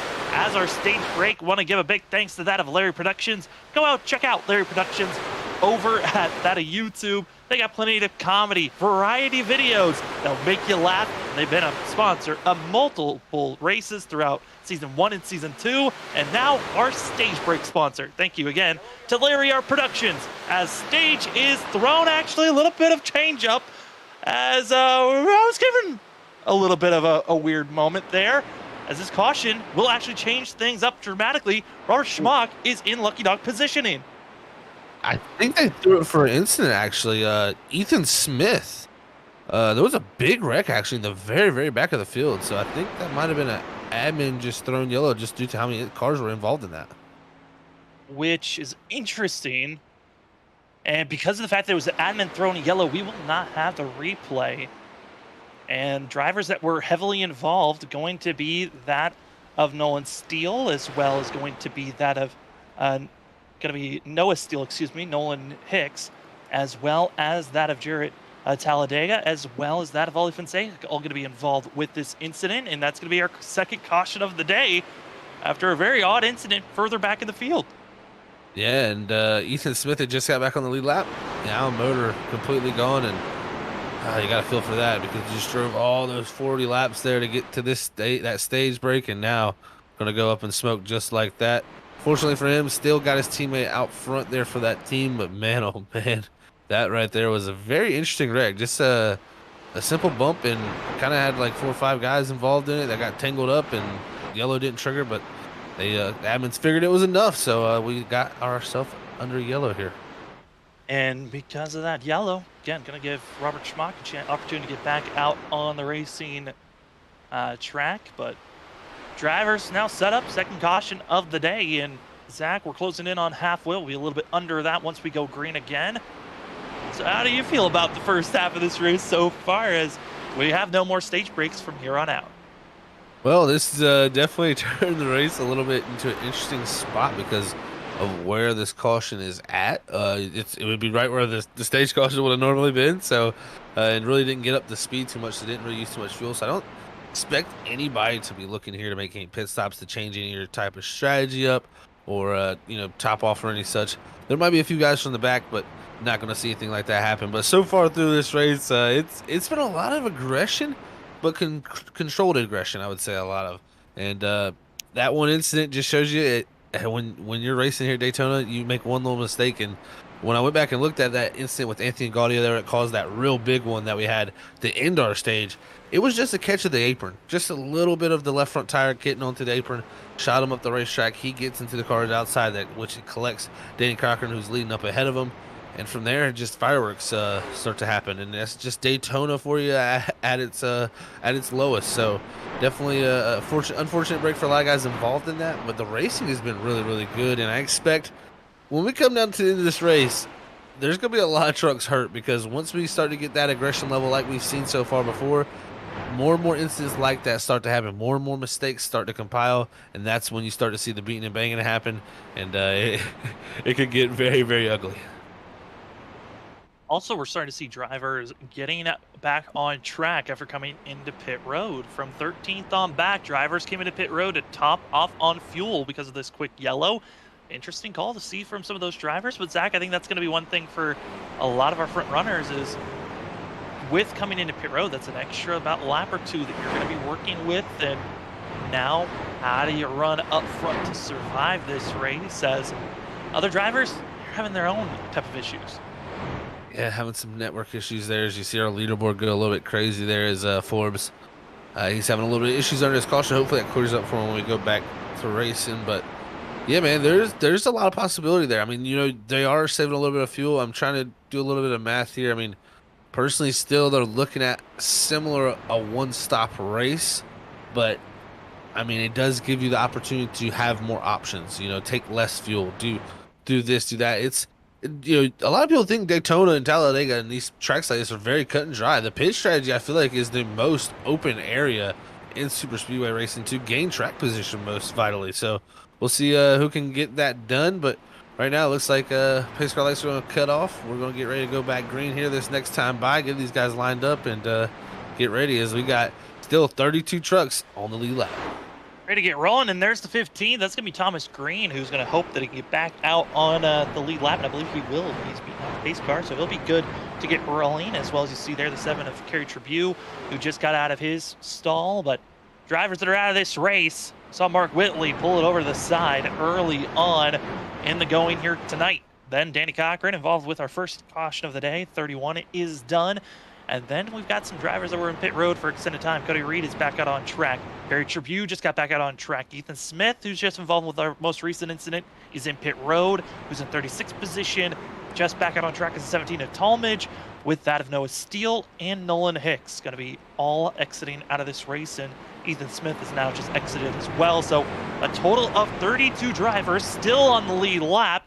About that of 30 to 27 are still in good raceable states. But up front, it's John Forbes, Kyle Rochelle, Kali Gaudio, John McAdams going to be your top 5. Definitely a great group right there. Names up front. And you also got to think carpool there. Christopher Norris, Dakota Maniz. A lot of drivers that need some great starts to their season that could start off season 3 with a bang. Well, I'll tell you what, Daytona is the perfect place for them to get it done. And what a story it would be here. So let's see who can get it done in these final laps here tonight, man. This is going to be fun as we go to the end. Get set, ready to go. Pace car is off, and like we stated at the start of the broadcast, changing of the guards, changing up the name, and that of the Incredible Sim Racing Championship Race Car Graveyard Truck Series is green once again for Welcome to the Incredible American Race 250. John Forbes getting some help from that of Brandon Colley, and Colley in the 94. Going to be an interesting truck to watch out for. He was the driver that led the most laps last season here at Daytona. Can he do a similar thing? And he's hoping for some better luck, finishing 19th last season at this race. He'd like to finish in first, or at least the top 5 if possible. Yeah, he could smell the victory last time there with really leading to the white flag and ended up in an incident. So definitely, actually running out of fuel actually last time we were here. So very unfortunate for him indeed as they got side-by-side action though as Gaudio's trying to push that 21 of Rochelle out to the front, but that 11 of Forbes and the 94 Kali right now holding them off as they come to the line. It's going to be Forbes leading another lap, but a great group of drivers right here in this front 6 as they're trying to get a little bit of a separation there. As looks like everybody kind of being a little bit nice right now. Everyone's playing nice right now over the radio. A lot of disputing as black flags for passing under the yellow was going on during our caution pacing laps. The drivers going to be giving themselves plenty of spacing to make sure that they are not getting penalized anymore, and also allowing the admins and race control to clear out those black flags. As up front, side by side, that of John Forbes going to be on the inside. Outside going to be that of Kyle Rochelle. Kyle Rochelle been Mr. Aggressive at some tracks here tonight. He's going to need some assistance if he wants to get aggressive. And right now, that is going to be Anthony Gaudio, who showed up with a lot of speed last season at this Daytona race, but then had the biggest fall off and struggle for the majority of the season. So we got to the end of the regular season where it was a complete turnaround for the 3 machine. It was looking like a threat to win the championship, but then missed out on some playoff races and was knocked out of the playoffs. But certainly the 21 and the 3 should be favorites to watch out for, as well as the 4 rookie Nick Crawford. He's looking like a strong contender as well. Yeah, Nick Crawford definitely one to watch out for indeed. And, you know, Rochelle, he was the one that kind of had a head scratcher for me so far in his truck series. I expected a lot out of him. You know, definitely have raced with him before. Very quick driver. Does get in trouble a lot himself. But, man, I tell you, I was expecting a lot out of him. Didn't get it from last season. Maybe this season will be the bounce back time there on that late Apex team for him. But we'll see how it works out. But right now, starting off Daytona well, leading out front here. And, you know, a struggle for a lot of drivers. Your Talmadge, who was 33rd involved with the last wreck, was 3 laps down. Started off being a lap down with a holding penalty, and it has gone up in smoke for the 17, and he'll park it for the day. We're slowly seeing this field dwindle down. We started with 40 in total, and up front, they're putting on a show. But further back, certainly some drivers are heavily damaged and having their own struggles. But certainly, seeing a lot of these drivers right now, Zach, that are hoping for a better run, but John McAdams struggled for the 47 as he had an issue going into turn number 3. Yeah, McAdams there, don't know exactly what happened to him there, just had to get out of it there, and he's lost the pack and everything, so the 47 McAdams is going to be all by himself. But look back here, here's the color teal group there, is they've gotten back up into this group there after all those cautions there to help bring them back into it, and now we'll see if they can get all formed back up in line and try to make something happen here. As most of them made it through all those incidents, so that's good to see for that group there, as they've got definitely a hefty group of numbers. Yeah, a very hefty group of members to watch out for, as watching on board with the 41 of Trevor Earhart running a different scheme for himself this season. But I gotta say, this 41 almost finished off the season on a high note, finished second at Homestead with a great battle between himself and GT Irizarry. Also, you look at the high side, some drivers on the move. Want to be seeing that of Mark Morales, as well as Isaac Shelley decided to go on the high side and just blow it on by, showing you can make two trucks work, but can they catch up to all the way up front? I think they're going to do it. That was like that one truck was tied to a pole, man. That was definitely pretty interesting closing speed there. Shelley went by, so cool little shot there. You get to see the speed here at Daytona's. Our lead pack, though, they're coming up on a lap car that's going to hold the inside line, and man, Forbes moves at the very last second. That kind of scared me there for a second, hoping everybody was heads up there as they go by Fonseca on the bottom. It could have been a very big moment there if somebody would have been caught off guard. Yeah, I mean, Ollie Fonseca running a 55.6 second lap time compared to our leaders that are running a 48.7. That is over a 7-second difference on pace, and that closing rate is incredible to watch as our leaders heading down into turn number 1, hitting up to 187 miles per hour as Ollie Fonseca only able to climb up to that of 180 himself, 8 miles per hour slower. And a lot of these drivers, I think, recognizing it is quick, and these drivers are running fast, and gotta be quick on your toes if you want to be making some of these big moves. Is up front. Again, still John Forbes, that of Brandon Colley down below with Jason Tamer, but drivers on the outside. Question, I think, for myself here, Zach, when are we going to go 3 wide? I got a feeling that's going to happen at some point later on this race. Yeah, I expect after pit stops for the final time tonight, I think we'll see that third lane be utilized. And it's kind of one of those things that at Talladega, you see that third lane utilized a lot just due to the width of the track. This track much more narrow than Talladega. So when you go up to that third lane, it is very, very tough. And look at this here. Brandon Colley going to jump to the outside of Forbes. Ooh, he's going to look to throw a block, but couldn't get there in time. The 94 on that quarter panel. They're coming up on some lap traffic here up ahead, too. This is going to get a little bit dicey here for our leaders. But it looks like Ford was able to hold on to it, but he throws the block once more, and Colley into the rear bumper says, no, sir, not happening today. Forbes in the middle, and guess what? He stays on the bottom there. He would have kept that position, but goes up to throw the block now, stuck in the middle, but looks like going to have some help from the 3. The 94, Colley drops down. That leaves Rochelle out the dry in no man's land up in the third lane.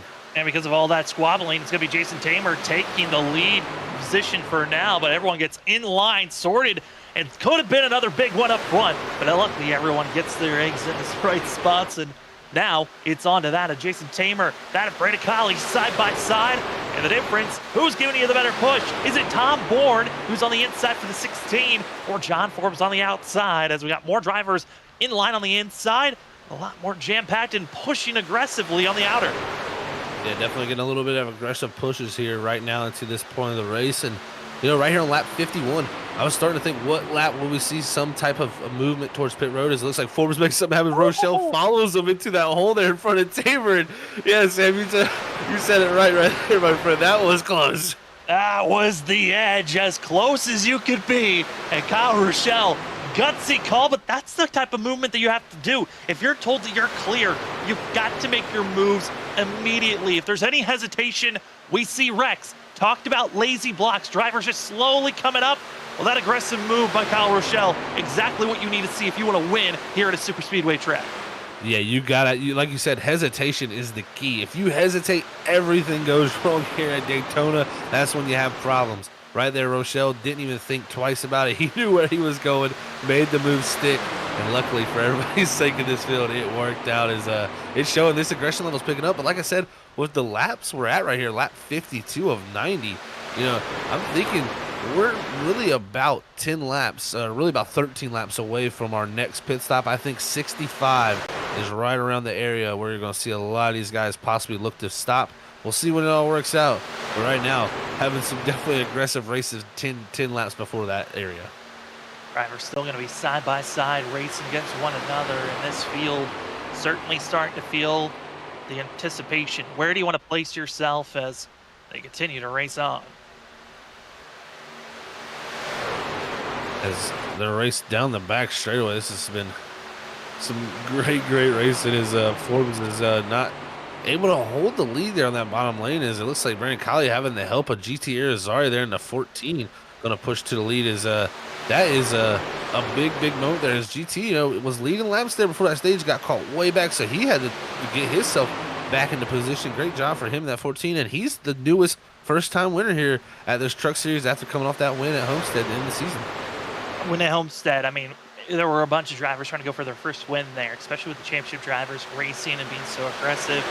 But certainly, overall, you're always hoping to get that first win. And for GT or Azari, that pressure, got to be feeling good to finally get the pressure finally off that he's gotten the win. Now it's all about performing, get more wins. Oh, boy, John Forbes, what a save by the 11. Yeah, another big block there. And, lap 54 again. That is a risky maneuver, man. It's just something I think the 94, he's not going to lift. He has shown that, hey, you come up in front of me, you better make it happen soon and have enough speed, because if not, I am going to drive through you. And right there, that could have been the big one. Luckily, Forbes hangs on to it, but again, blocking this early, super risky. And now we've got a train of very aggressive drivers on that outside line to watch out for. Going to be led by Tom Bourne. John Forbes, we've seen try to be aggressive on the blocks. And then you're also going to have that Gregory Shaw, who for the longest time, I always coined as Mr. Aggressive. He was so aggressive on fresh tires at so many other tracks. Here tonight, will at 35 try to go back to those vintage days of be aggressive, but Tom Bourne, got to be careful for that 16. A little bit of blinking issues, and when you're trying to go up and down and changing up what lane you're in, that is the worst time to have internet issues. Yeah, you definitely don't want to have that happen, because it also stops the draft that you get from given through the drivers behind you, and that kind of causes a little bit of an issue too as they start to go through you. So it could be a very big problem if that was to happen here at this close of racing. But right now, looks to be all cleaning up. But yeah, like you said, Shaw up there on that top line in that 35, showing that he's in this race to make this happen. And right now, I like the game plan he's run so far. Most of the time we see Gregory in the very beginning of the races be very, very aggressive, get involved in something, and then he's out of the race. Right here, he's saving that aggression till the end. Saving that aggression for others. And when we saw those drivers really bounce out to 3 wide, I think the one thing I loved watching, Zach, was the fact that so many drivers said, you know what, let's get out of here. It was only the top about 12 that continued to stay side by side at 3 wide at moments. It was everyone else that was from that 13th back to 23rd said, you know what, let's get in line. Let's not worry about that wreck or chaotic driving up front. Yeah, we just had a little bit of an interesting moment. It looks like Brandon Colley in the 94, he dropped all the way against the wall. I don't know if he was trying to drop back here and get with his teammates or what, because definitely a big loss of momentum from him as he pulled up top there. And it looked like the drivers behind him were trying to help him, but it seemed like he was lifting. So I think the 94, he's seen something and felt something coming here, and that's just driver intuition. And as the drivers are inching closer and closer, when do you think about coming into pit road? As that window is finally opened up to feel good, drivers might wish they had a little bit more information to work with. They're going to be 2 wide, side by side, and it's hard to really get our action off of the screen. It's lap traffic going to be low. That's going to be the 7 of Trevieux trying to hold his line and let everyone go on by. But as these drivers race on through the tri-oval, we got to start giving some thanks to some of our sponsors here at Freaky Fast Broadcasting. And first things first, that is iRacing iFlag. As drivers getting a little bit more chaotic, but I gotta say, Zach, I think with the fact that we're closing in on a lot of the fuel mileage talk, they would kind of wish that they probably had an iRacing iFlag pit board to have in front of them. Gives you great averages on when you're going to be having, your next pit stop, when you're going to run out of fuel, your 5-lap average, but also if you get yourself other iRacing iFlags, it can be great for that of spotter indications, giving you information on where other drivers are, as iRacing iFlag the best for that of iFlag virtual flag systems. If you want to go get yourself an iRacing iFlag or their pit board as they're squeezing by John McAdams, you got to go over to iRacingIFlag.com, use our promo code FreakyFast2022, get yourself a discount, and get yourself situated, because these drivers, they're having a handful. Yeah, the iRacing iFlag might have helped right there for sure, Sam, for these drivers to notice what was going on. So wow, that was a big moment for sure indeed, and you never know, race control might need to stay on top of that. So we had the perfect sponsorship for that also that they head into, and that's Admin Box with 2 X's. That's race control at your fingertips. Admin Box is built by iRacers for iRacers. In league and hosting sessions, the goal is to make race control as easy as possible. And each Admin Box, it connects via USB, already has pre-programmed commands No key binding necessary Oh for no! race control. Got you on board. Contact between himself and John Forbes up front. The 16 keeps it off the inside wall, excuse me, but he's now getting back out on track. We could have had a big one. We continue to race on and stay green. Whew! That was a scary moment. Could have had 4. Definitely was. They might have need race control at their fingertips for that moment, possibly. But luckily for Tom Board's sakes, he keeps it out of the wall. But definitely want to go check out that admin box with 2 X's there at adminbox.com with 2 X's and use discount code FFB/box with 2 X's to get that discount there at adminbox.com and get that race control at your fingertips. And whew, that was a scary moment. I don't know how Tom Board held on to that thing without putting it head first in the wall. You know, if anything, just watch out for these drivers, especially up front. You know, we had some drivers that always brought out aggression. We're making contact, but it's pit road. It is open, and drivers are coming in. Brandon Colley going to lead his team of That Is Snowy Desert Racing coming into pit road to get service done. Some other drivers going to follow suit, trying to stay on track with them. And I love this call. Tom Bourne, seeing drivers going to pit road, doesn't want to lose too much ground, comes in with this group. I love this call. This is a great group to get with. These guys are all going to be trying to make this right here their final pit stop, and I like this. If they can get out here, get hooked up as a group together, make very good lap time compared to these leaders who are battling up front, they could jump in front of them. We'll have to see how it works out, but right now, the aggression level that we've seen up front from the drivers has picked up. When will they decide to come pit road, as that was the smaller group there? At some point, the bigger group will come. Well, it's getting ramped up. It's getting crazy, and we certainly can probably hear some of these cars when we get on board with them. You can hear the rumblings of the engines. Well, why not feel it with ButtKicker? Feel what you've been missing. And certainly, we've been trying not to miss any of the action on track. But these drivers, they probably, some of them, if they've got their ButtKicker, they've been feeling the rumbles, the sliding, the saves. And if you want to feel the sounds as well, instead of just hearing them, get yourself a game or two from ButtKicker using our promo code FreakyFast20 for 20% off with your purchase. Thanks so much to our amazing sponsors, that of iRacing iFlag, Admin Box, also ButtKicker. But you need a set a sim, rig to set it all up to. Well, let's try to go, before we get to that, let's see if these drivers can make it into pit road first. But certainly chaos. Whew, this pit cycle, Zach, they are not making it easy for some. No, they are not. These guys definitely liking to add the action right as we're trying to get those sponsor readouts in. But that's the beauty of this racing, man. It's happening so quickly. Well, some drivers are coming into pit road. Still going to have our top 12 that still need to come in. But back to what we were talking about, you need something to connect with all 3 of those items. Your iRacing iFlag, your admin box, and your ButtKicker. Well, go over to Advanced Sim Racing. Get yourself a racing chassis. Get your sim rig built. They've got it all for you. They've got the baseline chassis that then you hook up with your monitor stand that you can get there from that Advanced Sim Racing, as well as many other amazing graphics, as well as items to attach to your racing rigs. And go use our promo code FreakyFast5 as more drivers hit pit road. Whew. Well, we got our sponsors out of the way, Zach. Now it's time to see, can the drivers make it to the end? Coming up to 26 laps to go. Yeah, we got a big group coming off the exit of pit road, and that group of Brandon Colley, led by him, Cedric Hunter, Nick Crawford, and Christopher Norris, they're starting to get in the mix with them as this pack starts to get up to speed. I think this group may be able to jump ahead of some of these guys. This could be the big moment here coming down to the end. And remember, Randy Colley was up in our top 10, then decided to drop all the way to the outside to find his teammates to come into pit road. And now racing to get up front and leading this group that should become our leaders, Zach Wilson in the 51. Yeah, and look at this, though. That top line, like I said, those 4 all lined up here. They're going to get to right side by side with that line, and everybody up to speed now. Wilson led that line on the bottom, along with John Forbes, Kyle Rochelle, Tamer on the bottom, and then you got Colley, Hunter, Crawford, and Norris up top. This is looking great as there's guys coming off a pit road. It's getting close. A little bit of beating, banging. Colley hangs on down the straightaway. They're 2 wide up ahead of him, 2 here. This is going to get close. They're going to be side by side. Who's going to survive as they're going to be seen? Oh, no, they don't. They're spun around. Colley, John Forbes, and others all coming back up into the track. The big one strikes on lap 65 to 66.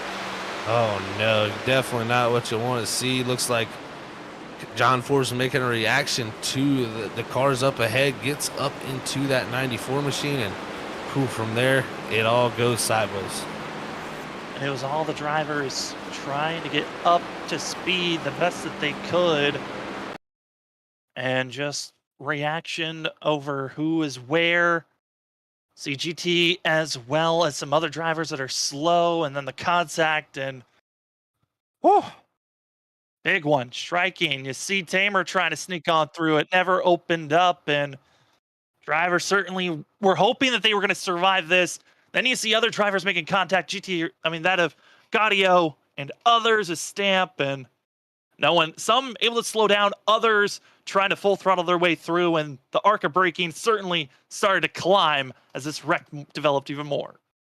Definitely not what you want to see for a lot of these guys. Gaudio, some of the color teal guys involved in that, and it's just unfortunate. There is you had everybody trying to get up to speed, get everything mixed in together, and the caution flies like that. But this is going to bring an interesting scenario to the forefront, because I think Joshua Freed is our leader here, but I wonder, is he still gonna have to hit pit road?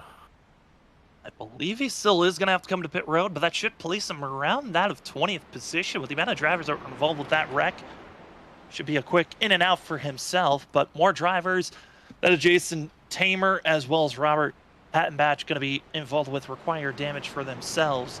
They're going to have to stay in pit road for quite a while. Some other drivers might have longer optional time into pit road, but certainly not the way that they expected here tonight to go for themselves. As drivers hit pit road, for us up at the booth, I mean, Zach, more drivers involved with this most recent big one, third caution of the day. I think if anything, this has been a pretty clean race. There could have been a lot more yellows we could have seen here tonight. No, this has been actually very, very clean. I think with the amount of wild moments we had and little hiccups and mistakes, there could have been some major incidents in a lot of them. But I tell you, these guys have been able to just skirt by narrow disaster. But right now, it's getting down to that time of the race where guys are going to take even bigger chances. We've seen big late blocks, lazy blocks, every type of block really all night long. Well, those are about to get amplified even to another level here, because everybody knows they can make it to the end of this race. They got enough fuel in the trucks. It's go time here, trying to get out front, and everybody here is just, man, these guys on Monday nights, I think it's always a full moon or something, because they just always seem to bring out a different level here on Monday nights. They certainly do. And, I think that's the one thing that I'm always excited to see, how well and who's going to make it through these races, because you never know what you're going to find. And here tonight, drivers have been ramping it up all over the place, as major damage for a lot. 22nd on back are the drivers that are still in pit road currently getting damage repairs, leaving us with Robert Schmock in 31st position. Going to be on the lead lap with that of John Forbes, then to Mark Morales Jr. But really, it's 18th up to first that are in at least drivable states to try to go for a win, with their trucks being clean enough to be up front. Yeah, I tell you, I think we could even see a truck that's not clean win. I mean, Daytona is a crazy place. When trucks are damaged here, they still somewhat usually seem to show some speed, and what that comes down to is being in the draft. But to lead the draft pack, you do need a very good, clean truck. So if you want to work with somebody, if you have a damaged truck, you're going to try to work with them, and then maybe at the last moment pull out if you have some type of chance to get a position. But man, you definitely want to have as clean a truck as possible here, the least amount of drag, to be able to fight for this win here coming down to the end. Because what a group we got. I mean, Gregory Shaw, Zach Wilson, Cedric Hunter, Isaac Shelley, Gaudio, Aaron Crowley, Kyle Poole, Alexander Light, Dakota Moniz. It goes all the way back to GT, and even there, I can't forget about Anthony Gaudio too with the win. But those are the only two drivers in this top 10 that have had a win here. So right now, the door is wide open for a new winner. It's completely wide open. We never know who's going to get it done until that white flag's in the air and they come across the line on the checkered. I mean, if we can get ourselves to finish this race and not finish it under yellow, this is going to be a spectacular run. It's always that last lap. You might be back in 20th, but you still got an opportunity to win for some drivers. You never know what's going to happen. But for up front, Gregory Shaw, that is Zach Wilson, Cedric Hunter, Isaac Shelley, that of Anthony Gaudio. It is all up in the air. How well are you going to be running here tonight? Top 9 decided to stay out to take track position for themselves. And for Gregory Shaw, Zach Wilson looking decently clean for themselves. Also can be said for that of Cedric Hunter. Besides Isaac Shelley, Gaudio, Kralik, slightly damaged are those 3 drivers. How well can they hold up front? It's time to find out. Pace car is off. We've had 3 cautions. Will we have another, and when will it strike? Well, it's time to find out. Welcome to the incredible American race 250. We're green once again. Back green here for sure. Is looks like it's going to be a good start from the bottom lane there for Gregory Shaw in the 35. He's got the 13 of Cedric Hunter, but the push from the outside of the 98 to the 51 looks to be the run here through the middle of the corner as they get closer and closer to the door of the 35. They should have the run down this back straightaway. Side drafting just gets a little bit more aggressive each lap that goes on by, recognizing that we can see another wreck up front if they continue at this pace. And it's, again, going to be drivers that really haven't been up front for some. Others, they have been in leading positions, but gotta say for these drivers, they certainly have been aggressive. Zach Wilson up front, rookie coming into this series. Who is going to get it done? Will it be a rookie? Will it be a veteran? As we ride on board with Zach Wilson to get his point of view leading that inside row. Yeah, you get to see a good shot here. Zach up front here at Daytona, leading the way here in his first career start here at the ISRC Truck Series. And I tell you what, looking good at the moment right now, but that outside line, Shelley in the 98 trying to make something happen. But right now the 51 leading the way with Shaw pushing him. You're going to see right here, just got to think about what line you want to have to be in when you come down to the right time here. We're still 20 laps away when we cross that line from the end of this race, but you still want to position yourself to have a chance to put yourself in the right lane that's going to move at the right time. Where can you place yourself? Where you're going to feel the most comfortable to run side by side? And speaking of side by side, our top 8 are going to be side by side, 4 rows deep. Everyone else pretty single file out and picking and choosing on where they want to go, mainly because there's a lot of drivers mixed in between this lead pack that have a lot of front-end damage. And speaking of front-end damage, here comes lap car. It's going to be the 11 of John Forbes. Well, very much off the pace are those cars and holding the inside line. I mean, I understand the the idea there trying to catch the draft, but if you're super slow, I would just go up high, try to let everybody by. But Forbes maybe thought he had a chance to own the draft. Unfortunately for him, going much too slow at only 155 or 52 mile an hour down the back straightaway. I personally would feel like you probably need to pull out. Right now, 25 drivers on the lead lap currently, but up front, this lead group all trying to keep inside of the draft for themselves. Everyone in the top 23 are still attached to this draft, and you got a mixture of lap cars that are in between, some even further back. But right now, it's going to be Zach Wilson, Gregory Shaw, going to be in line with Cedric Hunter. And the mixture of seeing some of these drivers up front is if you're leading this race, coming to the white flag, traditionally, you're not the driver that wins the race at the end. And Zach, with less than 20 laps to go, for Zach Wilson, he might not want to be the leader coming to the end here. Yeah, and I tell you, that's it's possibly not the thing that you want to be is up front Daytona coming down to the end. You always feel like the driver that is just sitting there waiting for that moment of who's going to pull out on you, who's going to make that move on you, because that's when you're most vulnerable. If it was coming from the outside lane, you can kind of react to it. But if Gregory Shaw here, this driver that's pushing him up front, makes a move, it will not help him because he will lose all his momentum as I think we get a shot here of Christopher Norris. Norris, Brandon Colley, 2 drivers who were involved with the last incident. They are the last 2 drivers on the lead lap. I mean, yeah, they're the last 2 drivers on the lead lap.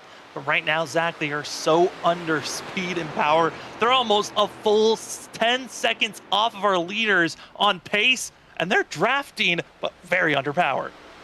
Yeah, this is definitely an interesting scenario to see there between these two. Both very damaged, but luckily for their sake, they're damaged enough to where they can somewhat draft. So definitely not what they wanted to happen to them, but we'll have to see what they can do as they're both still on that lead lap. You never know. A lot of guys get involved in something. They still could get a top 20 out of this. So trying to salvage this night as we jump back up front. And we're going to look here, I think, at this group here as they're racing so hard, man. They are definitely starting to show it's getting down to that time of the race where you want to make stuff happen. The side drafts are going to get bigger. bigger. And when is, I think Gregor Shaw going to make that move? I know it's coming at some point, but when will it happen? Is he going to wait and just save that aggressiveness for the very end? Top 23 going to be all within 2 seconds of one another. And Zach, meaning anyone still has a chance. If you're attached to the draft, you got a chance to win here tonight. Zach Wilson's been leading since the last restart, but there's no real reason to come back into pit road. It's all about making it to the end of this race. As the drivers come across the line, 16 laps to go, and there's still a lot of lap traffic throughout this field. But where will these next 2 drivers go? As it's going to be Colley and Norris that are the next 2 drivers that are going to be so under speed. Will that under speed for themselves cause a wreck? They are able to get to the apron in time. Yeah, luckily for the field, they get down, both of them do, and get out of the way of the pack there and let them all go by. But yeah, that definitely gets to be a little bit of a nerve-wracking moment. They're both going to get back up and merge onto the track. But looks like GT Rosario, our latest winner here in this truck series, jumping up to the top line here after his win at Homestead to close out the season. Here looking to win at Daytona once again. And guess what? We go to Homestead next week. If he was to win here, he would be setting himself up to look for 3 in a row. He is trying his best to try to go for another win, if possible. How do you get this one done? As drivers keep on going on by side, yeah, inside lane, not able to hold as clean as they would like. But as you can tell by our outer groove, GT Rizari drops down low, or does he? A little bit of impatience and hesitation, and puts that of Isaac Shelley down. Oh no, they're wrecking in the middle of the field. Yeah, that was right there, a little bit of a checkup, and it caused that incident there as they're wrecking on this inside grass. Only 2 cars down here, so I don't think they're going to throw a yellow flag. No, there were about 4 or 5 that were actually in the grass that went through, so I'm not surprised. But because, again, this is an admin thrown yellow, we will not be seeing a replay of this incident. But 15 laps to go. This is going to be down to about that of 12 once we get rolling again. And Zach, now's the time for these drivers to think. Do you come into pit road at this time, or do you stay out? Oh, risky decisions to be made. All types of calls could be made, but I think you don't get out of the track position unless you're outside that top 10. You're outside the top 10, you have the chance to come down, get some tires to give you a chance. But not only that, but actually adding fuel to these race trucks, which you would think would slow them down, adding weight. No, necessarily it does not. It actually lowers the rear end of these trucks a little bit. That in turn lowers the spoiler, which is going to reduce your drag levels just a tiny bit. So coming down, topping off, getting some new tires, it can actually increase the speed level of your truck. We'll see what these guys elect to do. But like I said, if you're inside that top 10, top 15, I don't think you're making that call. Not expecting very many of them to do so, as Cedric Hunter going to be getting set up and ready to go for himself, as drivers getting lined up and trying to pick and choose how they want to attack. 13 obviously going to be a driver to watch out for, but do want to look at that of looking at these drivers, how they're focusing on screen, all trying to make sure that they get calmed down and set up. And Zach, this is that time as a few drivers hitting pit road. From that, going to be 11th on back, deciding to hit pit road. Yeah, definitely going to make the decision. Like I said, it's some of those groups right around that fringe top 10 that made that decision. And I like it if you're that far back, personally. I mean, it's kind of a no-brainer, especially a few of these guys I see a little bent-up fenders on, maybe trying to get those ironed out a little bit here, as I got a little bit of crinkles there through that last run. So it's a lot of the color teal graphics guys that I'm seeing too. So they're going to be trying to drop to the back, get together here, and this is another way to form up with your teammates too if you're farther in the pack. If you got a couple cars in between you, all go down pit road. Y'all can all get in line together to formulate something here in these final 10 laps. Well, as we are pacing here, 4th caution of the day, well, there's a driver in 7th place that I kind of want to get his point of view on how this race is going for himself. Had a couple of beaten and battered moments, but Aaron Kralik looking for a very good finish, and he's in a promising spot for a lot of these drivers. As we bring up the 0-1 up into the booth, we got Aaron here with myself, Sam, and Zach. Aaron, how has tonight's race been for you? Because up in the booth, it's been chaotic for us. Oh yeah, Sam. It has been very wild for me down here on track. 2 wide, 3 wide, some instances. just trying to stay off of people and just try to keep this thing clean and on track. I mean, Yeah. Aaron, for this race overall, I mean, not having as many allies out there as you'd probably imagine. How are you feeling about this? Well, we got a few allies out here on track. A couple of them are not doing too hot, unfortunately for Danny. He's out. He's one of them. A couple others gotten damaged, but otherwise, I just gotta try to find friends where you can. Hey, Aaron, it's Zach also up here in the booth, man. What lane do you feel like is going to be the right one to pick here at the end? The higher or the bottom? Because it seems like both of them are pretty good here tonight. It's just all gonna be your supporting cast behind you and everything. But I feel like a strong run coming out of 4, shooting to the outside. That's gonna be the move. Well, Aaron, that certainly is going to move that we're going to watch out and see if you can get it done. As 11 laps to go and we go green, we'll let you get back up into your driver's call, but good luck here tonight. Thank you, guys. As again, that was a 0-1 of Aaron Kralik and Zach. You know, all these drivers coming in with different mindsets, especially late in this race, and hoping that they got the friends to work with. Yeah, you're always hoping for the allies. You know, you look in your mirror and say, if I make this move, will this guy stick to my bumper, or is he gonna, do something opposite? And a lot of times that's what you're weighing in your head. But when it comes down to these final bit of laps here, you can't really weigh that option. You just got to go for it and then hope they go with you. If they don't, at the end of the day, you tried. So a lot of these drivers are going to be doing that option. It's going to be fun to see, man, as this could possibly be the final restart of the night. I don't expect it to be with how wild we've seen so far. I expect a little bit of carnage, but man, if we do take it to the end, it's going to be a barn burner. 23 drivers on the lead lap. It's going to be Zach Wilson, Gregory Shaw, GT Rosari, Cedric Hunter, and Isaac Shelley going to be your top 5 drivers ready to go. Who is going to survive as we ride on board with the 13 of Cedric Hunter, get his point of view on how this start's going to go. Outside for the 13, trying to give it the best shove he can as we're green once again for the welcome to the incredible American race 250 here down through the trial bowl. Yeah, you're going to see starting from that 4th spot, didn't get the greatest start, was Gregory Shaw in that 35 there in that restart zone. Couldn't get right with that 51 of Wilson up front, but it's going to be Cedric Hunter here as we ride on both of them, trying to give him the push. What does Cedric Hunter decide to do, though? He's a little bit offset to the right. I don't know if he's looking to make something happen, or is he trying to push Shaw here to the lead to be the leader of that outside line at the perfect time.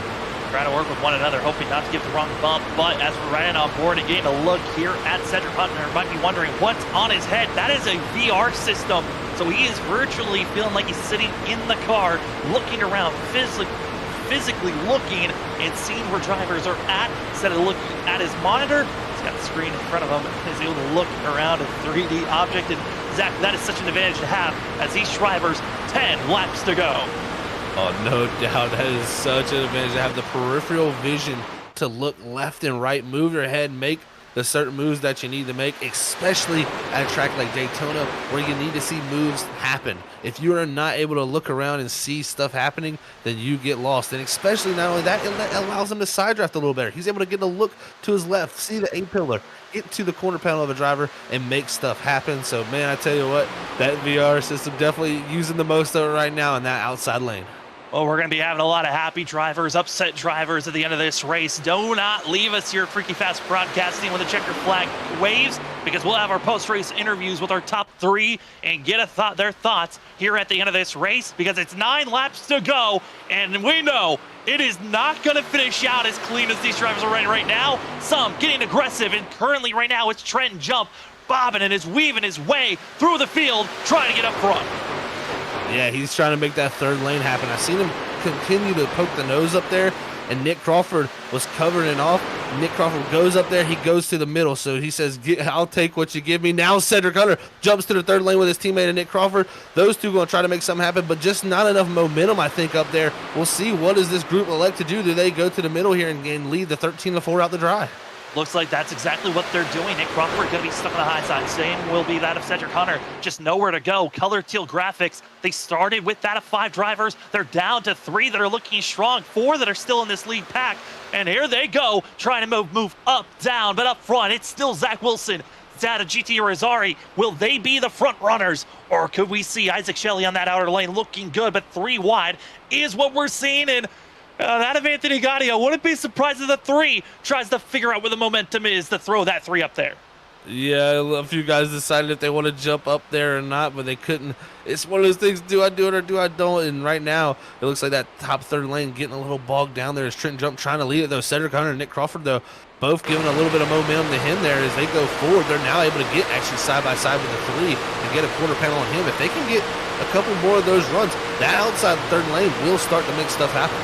Trying to make some moves, trying to make that third lane work, is going to be up top.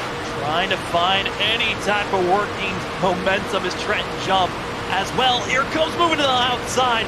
Going to be Trevor Earhart, 3 wide. Going to be back battling for third place. It's going to be 2 by 2. Stuck in the middle. Gregory Shaw, Anthony Gaudio, Isaac Shelley making the late move to the outside. Everyone bobbing and weaving. And here comes Cedric Hunter, 3 wide, 4 rows deep. Who's going to get the win as Zach Wilson on the inside leading this race? Late blocks, later blocks, and here comes that to the middle groove. It's lap down driver Joshua Freed.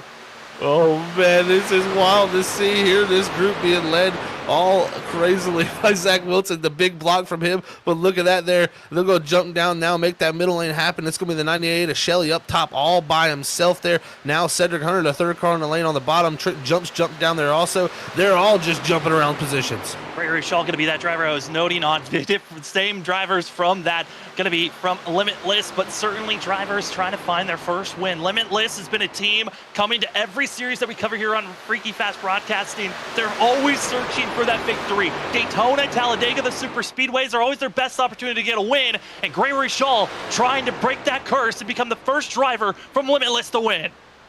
Yeah, what a story that would be for him. You know, it would be very emotional for him for all the hard times he's fought through in this truck series. Right now, though, he's leading that outside lane, trying to make something happen. The side drafts are getting so much more aggressive. You see in that dash line there, everybody below it. That tells you everybody's using every bit of that bottom lane, and the side drafts, even in the tri-oval and the straightaways, getting bigger and bigger each lap. This can only lead to one point, and that could possibly be some contact. Everyone's trying to find their teammates, but you get down to this aspect, 5 laps to go. If you're with your teammates, you hope that they can stay with you. If you're the lead driver, you got to be aggressive. No hesitation. It is all take, no give. If there's an opening, you take it, and you hope that that lane will take you to the promised land, which is up front leading. Side by side for the lead. Zach Wilson, Gregory Shaw, they've been leading up front since the restart, but they are looking to see in the rearview mirror who is going to work with them, or will someone bounce to the outside? Anthony Gaudio, Trevor Earhart, they certainly are looking strong as Norris and Colley stay up high, 3 wide for now, as it's 4 laps to go, Zach. The question is, do you go now, the white flag, or do you go any sooner than that? You know, they always say wait till the white flag. I think that's always just a little bit too late to make your final move. I think it's going to be 2 to go when you see that move being made. But right now, it's a kind of a stalemate. When you have that outside lane there, side by side with our leader, GT Rosari, Cedric Hunter, those cars on the bottom can't make stuff happen. And I tell you what, the inside lane's kind of deteriorating, and that outside third groove starting to formulate. 3 wide for the lead. It's going to be Trevor Earhart. Down to Gregory Shaw in the middle. Down low, Zach Hall. Here they come. They're going to be pinching, wobbing, and weaving. And it's Shaw, flipped, spun. They stay straight for now, but not for long. They're still spinning, wrecking. The yellow hasn't been thrown. They keep it straight, and somehow, and no, admins will throw it. Yellow flag. And there we go. Nick Crawford, blown engine, the force done. Unfortunate to see for Nick there. It looks like the only driver that really get something super major out of that, because GT Rosari completely sideways in the corner somehow saves his car after coming back around, and a lot of guys getting woed up there very well. That could have been a gigantic wreck and really limited to what kind of damage they got. That's going to be some other drivers further back. Carl Pooler, hard contact with himself, and John McAdams. Acquired damage will be given to the 71, who was actually the Clash winner earlier this week. So the 71 was looking like a favorite. I was trying to keep my mouth shut on it just in case any bad juju was given, but Carl Pooler tried to become a winner here at Daytona. Will not happen for himself. Nick Crawford heavily damaged as these drivers dwindled down again, and with this yellow, the timing of it, it looks like we might be having to go to overtime here, Zach, which is going to change everything. Yeah, this puts a different aspect into it. Makes a lot less time for you to try to make your move. And I mean, I'm just looking at the list of the drivers that we have again up front. I mean, you guys see that Anthony Gaudia there, Trenton Jump, GT Rosari, those are past winners. But other than that, I mean, this group is just filled with new names and drivers that have came close many times to getting those wins, that are looking to get that done. And actually Trenton Jump, and it looks like, ooh, GT Rosari actually, he faked going to the pit road, but looks like Trenton Jump at the 46, he's going to have to come to pit road, get that car worked on. So he's going to have to give up some track position, unfortunately for him. But yeah, this green white checkered number one of possibly three could happen here tonight, where we could see all three of those used and very few drivers making it back to that finish line. But man, it's going to be fun to see all the way down to the end who's going to put themselves in the right position. Zach Wilson, I mean, he's had this lead for almost, it seems like really the second half of the race. He's done a great job to control this race. I just have one bad thing to say for Zach Wilson. If you have led the most laps, you have not won the race at the end of the day. That has been the trend these last 2 seasons. Will season 3, third time's a charm, and will it be that for the 51? Or will someone else be able to scave away and take this one for himself? Is that of Robert Schmock getting himself, I think that's his 3rd lucky dog of the night out of our 5 cautions here. Well, hey, sometimes they say you're lucky, and it looks like he's had that type of night. So hopefully he can stay, or actually just needs one more back, actually. If I actually know, he should be on the lead lap now, technically. So yeah, hopefully he stays on the lead lap here with these final green white checkers, and maybe can make up a few spots if a few of these guys get involved in anything. So we'll have to see how it all works out for him there in that 60 machine as his return back here to the Truck Series. But I tell you one thing, you don't want to walk away from your screen right now, folks, because this green white checker attempt number 1 is going to be wild, wild, wild. I mean, we got drivers all over the place that are going to be trying to go for this win. Well, if you've got a driver that you're rooting for, you better put in the chat on who you're rooting for. And if you've got family members, friends that want to see how this race is going to end, you got drivers that you need a little bit more cheer, share the stream. Let's get this thing pumped up, because we are now officially in overtime. That ticker is going to revert back to 3 to go, because it is going to be 2 laps. When we go green, if we get a yellow on once we go green, immediately on that first lap, we will then go into our 2nd attempt. But if we're able to race and get to the white flag, gloves are off. If anyone spins, wrecks, it is all about who crosses the line again. But that's if we get to the white flag. If we don't, we'll go into attempt number 2. And then if that happens again where we don't get to the white flag, yellow flag comes out first, we'll go into attempt number 3. And on that 3rd attempt, if the yellow flag comes out before the white flag, the race will end under yellow. We're hoping we can get it under green racing to the end of this race. And Zach, we got plenty of rookies up front looking for their first win. We got Zach Hall leading this race. You got that of Christian Gomez. Haven't really talked about him from that of the colored teal graphics team. Going to be back that admired in 4th. Then you've also got another rookie of Cedric Hunter in 8th. And then Jonathan Smith in 10th place. The 22 truck has been very much damaged for himself with rear end damage, but has somehow stayed up front. Who can get it done? What are some of your final thoughts before we go into our first attempt at overtime? Oh man, we got a lot of hungry drivers right here in position to go out and get a win. I expect fireworks to fly and big moves to be made. Where does the first move come from? That's going to be the question, and how this restart goes down. But I think the outside lane is going to make a big, big run out of 2 here, coming down to 3. Monday night, we are back to truck racing, and only the way that we could. That is overtime. We are ready for that of the ISRC Race Car Graveyard Truck Series. Pace car is off. Green flag is in the air. It's go time. Who's winning the Welcome to the Incredible America race? 250 as they go down, roaring into turn number 1, and already drivers try to go 3 wide down into turn number 1. Oh no, this ain't gonna be good there. A lot of drivers dropping back there. I can't tell who that slow one is. I think it's GT Rosari there, actually going very, very slowly in the middle of the pack there. Hopefully everybody going to navigate around him here as we continue on green. And the big thing for the 51 is Zach Wilson up front as we are on the backstretch. If we get the white flag, we race it to the end. The 51 is Zach Wilson. He's looking for a friend, but they're wrecking. It's Earhart. It's the 3. It's others. They're scattering. We're going to attempt number 2. Caution is out. Another huge wreck. And we're going to be down to just out of 15 drivers by the end of that. These drivers all collected up. Yeah, big incident there, and that was really just a big run from one of the color teal cars there. Unsure, I think it might have been Logan Brakey. I'm trying to figure out exactly who it was. It looks like Tanner Johnson actually in the 23 there with the big run on the outside.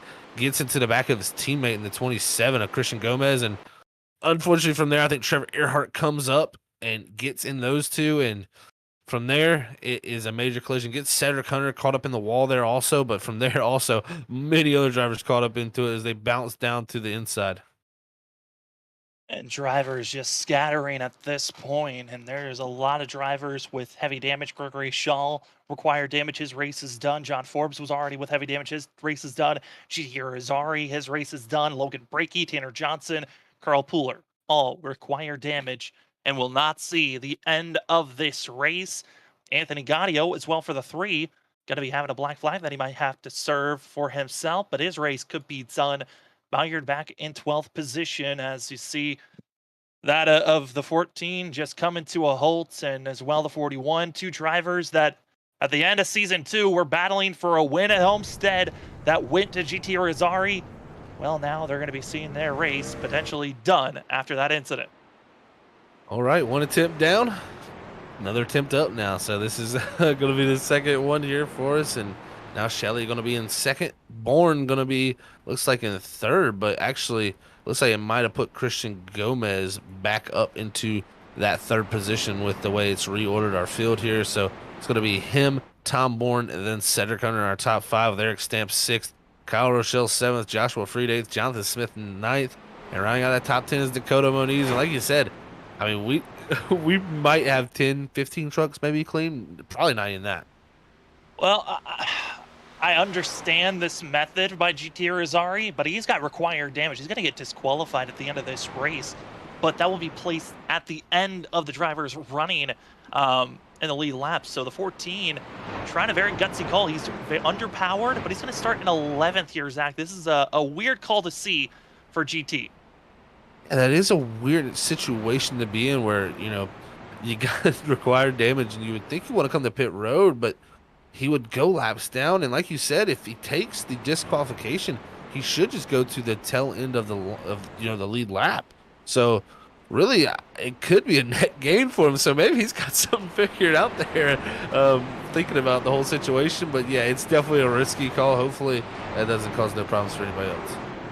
Well, talked about the fact that we were at 23 drivers on the lead lap for the longest time. Well, we are down to just 15 currently, as that is going to be that of Anthony Gaudio, unless other drivers can get themselves rolling. And Trenton Jump will be able to get rolling for himself, going to be in 16th place. So his race technically isn't done just yet.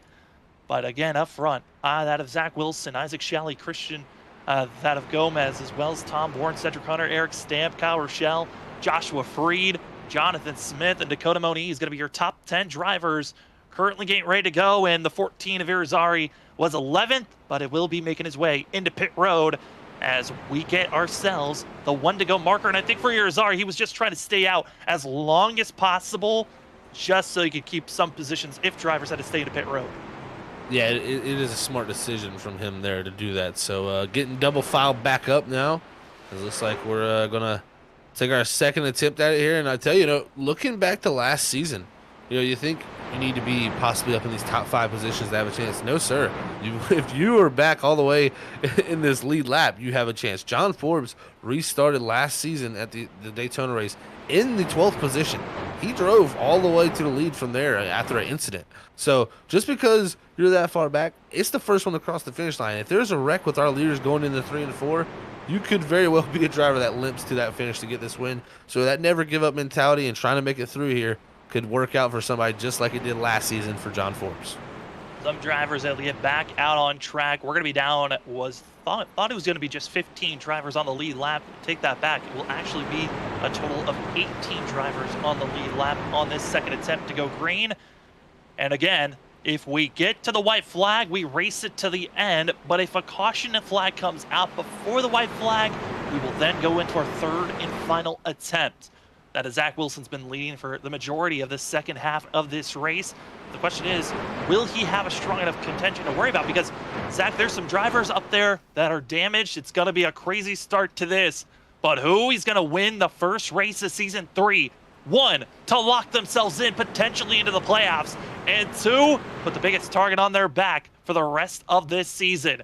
Pace car is off. It's time to see who's going to get the win here tonight. We're green here, and they're already touching and bobbling Irizarry into Gomez as we're green, and Zach Wilson getting the best launch, but everyone else further back jostling, almost wrecking as we're green. Yeah, a little bit of jostling definitely going on back there, but it was that leader up there up front. Wilson getting a great start, but Shelley spun the tires, really hurting his sakes there to get going, but now going to have the big push. It's going to be Tom Bourne. Also the 53 step, can't forget about that. Look at the big block from Wilson. He can't get there, though. He turns himself into the wall. That's going to be a big wreck there down the back straightaway, but no yellow. Will the yellow be thrown? We've seen it all throughout tonight, but it will not be thrown. We stay green, and drivers are a little upset about that because of the inconsistency. It will not be thrown. We stay green. Has to be an on-track incident. Tom Bourne, Joshua Freed, Eric Stamp, Kyle Rochelle out of turn number 4. Can we get the white flag? If we do, it's official. And right now, coming across the line, it is an official race act. This is your freaky fast white flag. It's Tom Bourne leading, coming down into turn number 1. And look at this Joshua Freed. He could steal this at the very end here, jumping up to the middle lane. He's got a good run, but look up to the very, very top. It's the 72 of Jonathan Smith. He's got no help right now, so he's going to be dropping back. But out of 2, it's going to be a 2x2 heat here. Tom Bourne leading the way, though. Tom Bourne looking for a win, and he's going to be having help with the 53 of Eric Stamp. Will they continue to help one another as there's a little bit of a bump misjudged, and it's going to be Joshua Freed with the bumper going into turn number 3. Freed's looking good with Isaac Shelley behind him. Will it be Tom Bourne as they come through 3 and 4? It's on. Will there be contact? Will it be done? Will it be clean? Here they go. Their contact directly further back. Tom Bourne, free contact. Here they come. Eric Stamp gonna win potentially, and it is Stamp by a nose. What a drive from Eric Stamp. I told you, folks, don't give up. You're farther back. You can make it up through there, and Eric Stamp did it. Rochelle second, Shelley third. I mean, what a finish there. I mean, you knew it was going to be chaotic, but this is going to be a little bit of anger coming from drivers further back. This is going to be a conversation throughout the night, with having race admins throwing yellows, and there wasn't being a yellow thrown there on this second attempt when drivers were through the grass. That is going to be a talking point, but the fireworks go off unofficially. It is the 53 of Eric Stamp. Last season, it was based off a fuel mileage run. This season, the seas parted as that of Joshua Freed and Tom Bourne wreck each other, and the 53 got it done at the end of the day. What a job by him. Started 6th on that final restart. Part of the season when that wreck happened on the back straightaway. Like you said, it's going to be a little bit controversial, and no doubt indeed, with those previous yellows being thrown. But man, oh man, what a finish for Eric Stamp. Can't take it away from that man. He's got the dub. Teammate going to give him a little bit of a bump and congratulational little bit of a tap there. But Zach, the rest of our top 3, Kyle Rochelle, Martin Morales Jr. I mean, we're going to talk to our top 3 after this break. But Martin Morales Jr., 2 seasons in a row, 3rd place finish for himself. Wow. What a finish there, man. I thought we had someone different there at a moment for the 3rd, but it looks like the leaderboard changed there at the last second. It looks like Morales, like you said, is going to be the 3rd, so that's a great podium, man. Great way to start the season for those drivers, and like you said, their teammates celebrating in the grass. Yeah, I mean, officially coming across the line, it was Isaac Shelley, but it could have been the fact of damage. So these finishing results are going to be unofficial for ourselves. So we'll wait for confirmation on who's going to officially get that 3rd place finish. But until we get that call, again, we talked about the post-race show. That's going to start up here in just a few moments. Stick with us as we're going to take a quick break, and we will be back talking to our top 3, getting our final thoughts of the night. But we know one thing, Eric Stamp, your winner this evening.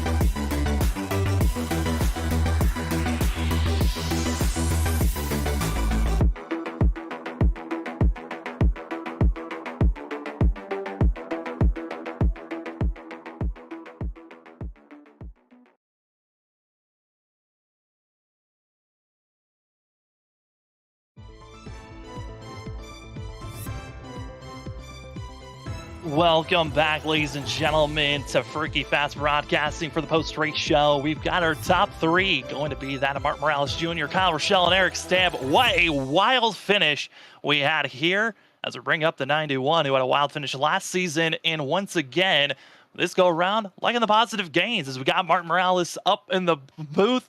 Martin, certainly a wild race for yourself, caught up in early issues, but talk about that overtime, that last overtime attempt. What was going through your mind coming to that white flag? Man, I was sweating profusely because I had 12X. I knew I could not make any contact with anybody and get DQ'd. And just maneuvering through that last wreck coming to the checkered was incredible. I can't find a better word for it. It's just incredible. And just get through there and finish third.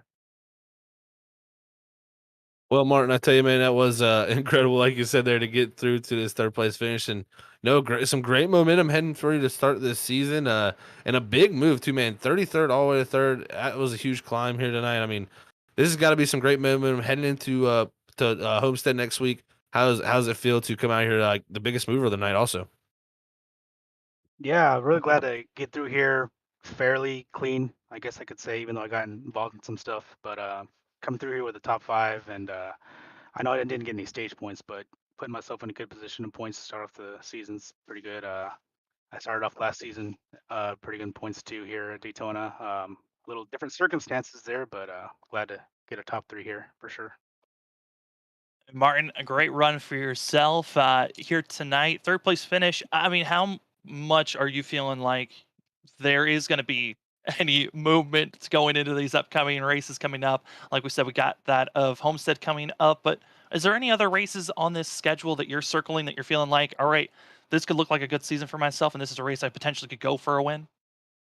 I'm definitely feel more comfortable in the mile and a half tracks, places like Chicagoland and Kansas, places like that. If we can get usually longer runs going, I don't have good short run speed typically, but once we can get some laps on those tires and I can kind of do my best to save. And if we get green flag stops during races too, I'd make up a good amount of time when we have that happen. So looking forward to the mile and a halfers. Homestead, not necessarily one of my best tracks, but still looking forward to head over there and do my best to keep the truck clean and hopefully come out with another top 10. Martin, a great run for yourself here this evening. And before we let you go, the floor is yours for any shout outs. I want to thank you guys for putting on a great show. I'm glad we're back for a third season with you guys. It's been really fun so far. I want to thank my teammates at Team Watson Morecast. We worked together pretty well throughout the race, and I know it didn't work out well for all of us at the end there, but just had a good time working with them. Want to thank everybody in the league. Want to thank my wife for being so supportive, and yeah. Well, congratulations, Martin. That is going to be the 91 of Mark Morales Jr. coming away with a third place finish here tonight. And good luck headed to Homestead next week. All right, thanks, guys. And also want to make a correction. Actually, it was Mark Morales finishing that of fourth last season and then third this season. And talking about other drivers that have come up after last season's finish, driver that finished third, now going to finish second here tonight, going to be that of Kyle Rochelle in the 21. Kyle, you were up front for the majority of the night, but man, give us your thoughts on that green-white checkered attempt. Yeah, I ran up front pretty much all night until I got into the back of the 11 car and ruined his night and a couple other guys' nights by accident. So I gotta apologize for that. But yeah, I don't know. I was like fifth, or with 5 to go, I was 22nd. So to finish second, pretty good to take it. Yeah, definitely a great finish later for you, Kyle, for sure, man. Bring home second, and that was a lot of nose damage. How much was that hindering the truck? I was pretty bad. If I got by myself, I was dead in the water. But if I could hold the draft, I knew I could just stay right there. And if something happened in front of me like it did, I'd be right there to make a move. So we got lucky, definitely. But Kyle, still, Zach and I were talking about it during this season. I mean, during the broadcast this season. How comfortable are you feeling going into the season that you might have a chance to try to battle for a championship? Well, I gotta make the playoffs first, right? Last year, honestly, like I just wasn't very comfortable in the truck to begin with. I raced the Cup cars a lot more, so I don't know what the transition is different for me or what. But I feel like I'm getting better on some tracks. Some tracks I'm just not as good at, obviously, and I just gotta keep working on it. if I can make the playoffs, I think I can get at least top 8. So we gotta just keep going. Well, Kyle, we're excited to see what this 21 has for the rest of the season. And before we let you go, the floor is yours for any shout outs. I just gotta thank the whole late Apex Racing team, Danny, Tom, Larson Line. They helped us out a lot tonight too. And you guys in the whole series, everything you guys do for us. So appreciate it. That is going to be Kyle Rochelle in the 21. Congratulations on a second place finish and good luck going into next week at Homestead. Thank you. As now from second place to victory lane, we bring up the 53 of Eric Stamp to get his thoughts on the C's partying in front of him. And Eric, you got your win last season at Atlanta. Fuel strategy was the key there. You had an incredible Super Speedway run with that at last season in the playoffs. And now a Daytona winner here this season, starts season 3. How are you feeling? I'm feeling fantastic. Just another case of putting myself in the right place at the right time. Oh man, it feels great. Yeah, I tell you what, Eric, it was a blast for us up here in the booth to call it, man, coming all the way down to the end. So congrats also on getting the win here tonight, man. That was fantastic driving from you there to get by all those incidents. And you restarted in 6th. So, I kind of brought it up before that. Drivers outside of that top 5 definitely still had a shot, and you were right on the edge of that. Take us through that final restart, because you had to restart from the outside and get with Tom Bourne there. Yeah, so we'd actually been working with Tom a little bit on the fuel strategy. So when I lined up behind him, I just decided, hey, you know what? I'm going to PM him, say, hey, I'm on your bumper till the checkered. And we hooked up and went. And I could have left him to go with, I believe it was Freed in the 96 at the end there, but I stuck with it, and it ended up working out great. That it certainly did. And, Eric, this now places you in one of the first drivers to win. And if you finish in the top 20 of points, you're going to be making it into the playoffs automatically. How much does this help you feel like you can race the rest of the season as gutsy as you want? It's flipped my entire script upside down, because I went into the season just saying points racing. Because, there's no guarantee I'll get another Atlanta type win. And, I would love to be fast enough to tangle with these guys up front, but, I've got to be crafty, and now I just get to have fun. So yeah, just pretty much learn, tracks that are similar to playoff tracks, figure what I can, and just spend the whole season testing at this point. We certainly are going to now be the top dog to watch out for going into next week. And got to say, congratulations on this win. It was a spectacular one. And Eric, before we let you go, the floor is yours for any shout-outs. Well, of course, I got to give it to Coach Hill Graphics. Had us all out there looking fabulous. Teammates Trenton, Tanner, glad to have him back. Christian, Logan, pseudo teammate Tom. It was, just good to have teammates out there and feel like we had a plan the whole race, and that's, you have to be there at the end to win it. And we did, for the most part, a really good job of staying together and keeping out of trouble, and that's what really helped us. So thanks to them, and thanks to all the admins for putting this together. Getting 40 trucks out here was spectacular. It's so much fun racing with a full field, and can't thank those guys enough for putting this together. It was a spectacular race for us to broadcast as well. And Eric, congratulations. I know this is going to be a fun one to celebrate. Congratulations on the win, and good luck heading into Homestead next week. Thank you very much. See you guys. That's the 53 of Eric Stamp coming away with the win here tonight. And Zach, what a night. And we knew it was going to be crazy. We had a feeling that whoever was leading coming to that white flag, most likely we're not going to win. But obviously tonight, a little bit under controversy with that yellow not being thrown coming to the white flag.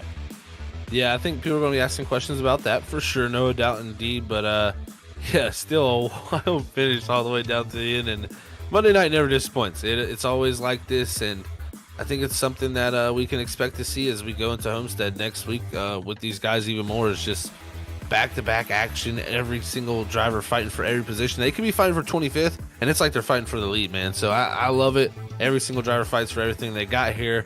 And Daytona, another classic example here tonight of what great racing they put on. But definitely, like you said, a little bit of controversy there with that incident. And that's the thing you get with throwing admin yellows. They are tough to always be perfectly right when to throw them. And, that's when you as admins, you put yourself in that situation that you got to decide on the fly. Yeah, it's difficult. And for us in the booth, we might have our thoughts on it. The drivers might have other ones. But at the end of the day, here are our unofficial racing results. as it is going to be Eric Stamp coming away with the victory. We know that is confirmed and for sure, but it's everything from about that at third on back that we just don't know for sure. It's going to be unofficial on that front, with Kyle Rochelle coming away with second place on our ticker. It's Mark Morales Jr. with Dakota Moniz, that of Jonathan Smith, as well as Tom Bourne, Joshua Freed, Aaron Kralik, as well as Trevor Earhart and Cedric Hunter. Going to be our top 10 from what the ticker is telling us. But Zach, I mean, you look at the rest of the field, Zach Wilson in 13th place, and then there's Nick Crawford in 14th. Both drivers having their woes at moments this evening, but certainly a lot of strong contenders did not get the finish that they were hoping for. Yeah, I look back at a few guys that definitely look to have better nights here. Definitely Brandon Colley back there in 23rd. GT Rosari back there. Our latest winner from Homestead there in 24th. He'll be looking to go to Homestead next week, and hopefully you can repeat that success of the season finale last season. And definitely some drivers that have some holes to dig out. You look at Danny Cochran and Mark Whitley, especially 39th and 40th. And Ethan Smith. I mean, those are three drivers that have all competed for championships in this league. It's going to be fun to see them try to climb out of that hole they've dug themselves into here tonight at Daytona.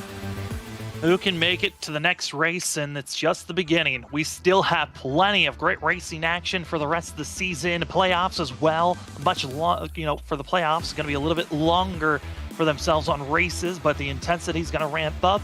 But we already know one driver that is locked in, Eric Stamp at the 53. As long as he stays in the top 20 in points, this win will stand, and he'll automatically make it into the playoffs. But Zach, man, what a night. It was incredible, and it makes sense why they changed the name to the Incredible Sim Racing Championship. Here tonight proved it on why the name change was such a good idea.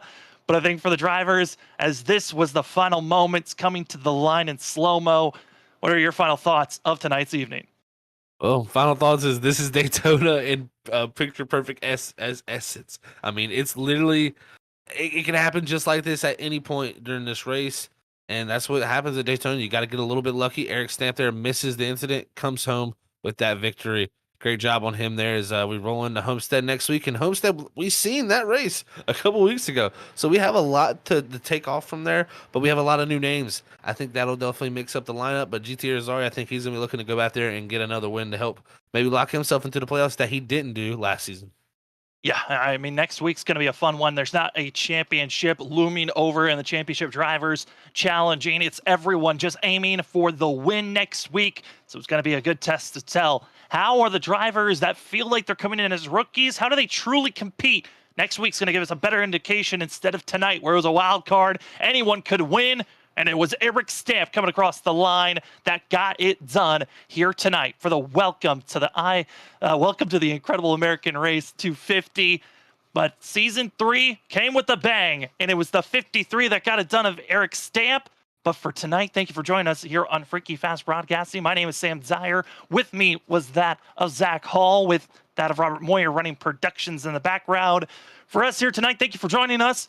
It was spectacular. It was incredible. The ISRC Season 3 of the Race Car Graveyard Truck Series. What a bang. What a spectacular run. And we cannot wait for it. More incredible racing going to be next week at Homestead. Who will get it done there at the Miami 225? Time will tell. We hope to see you then next week. And if we don't, hopefully we'll see you at some of the other broadcasts we'll have here on Freaky Fast Broadcasting. Have a great rest of your night, everybody.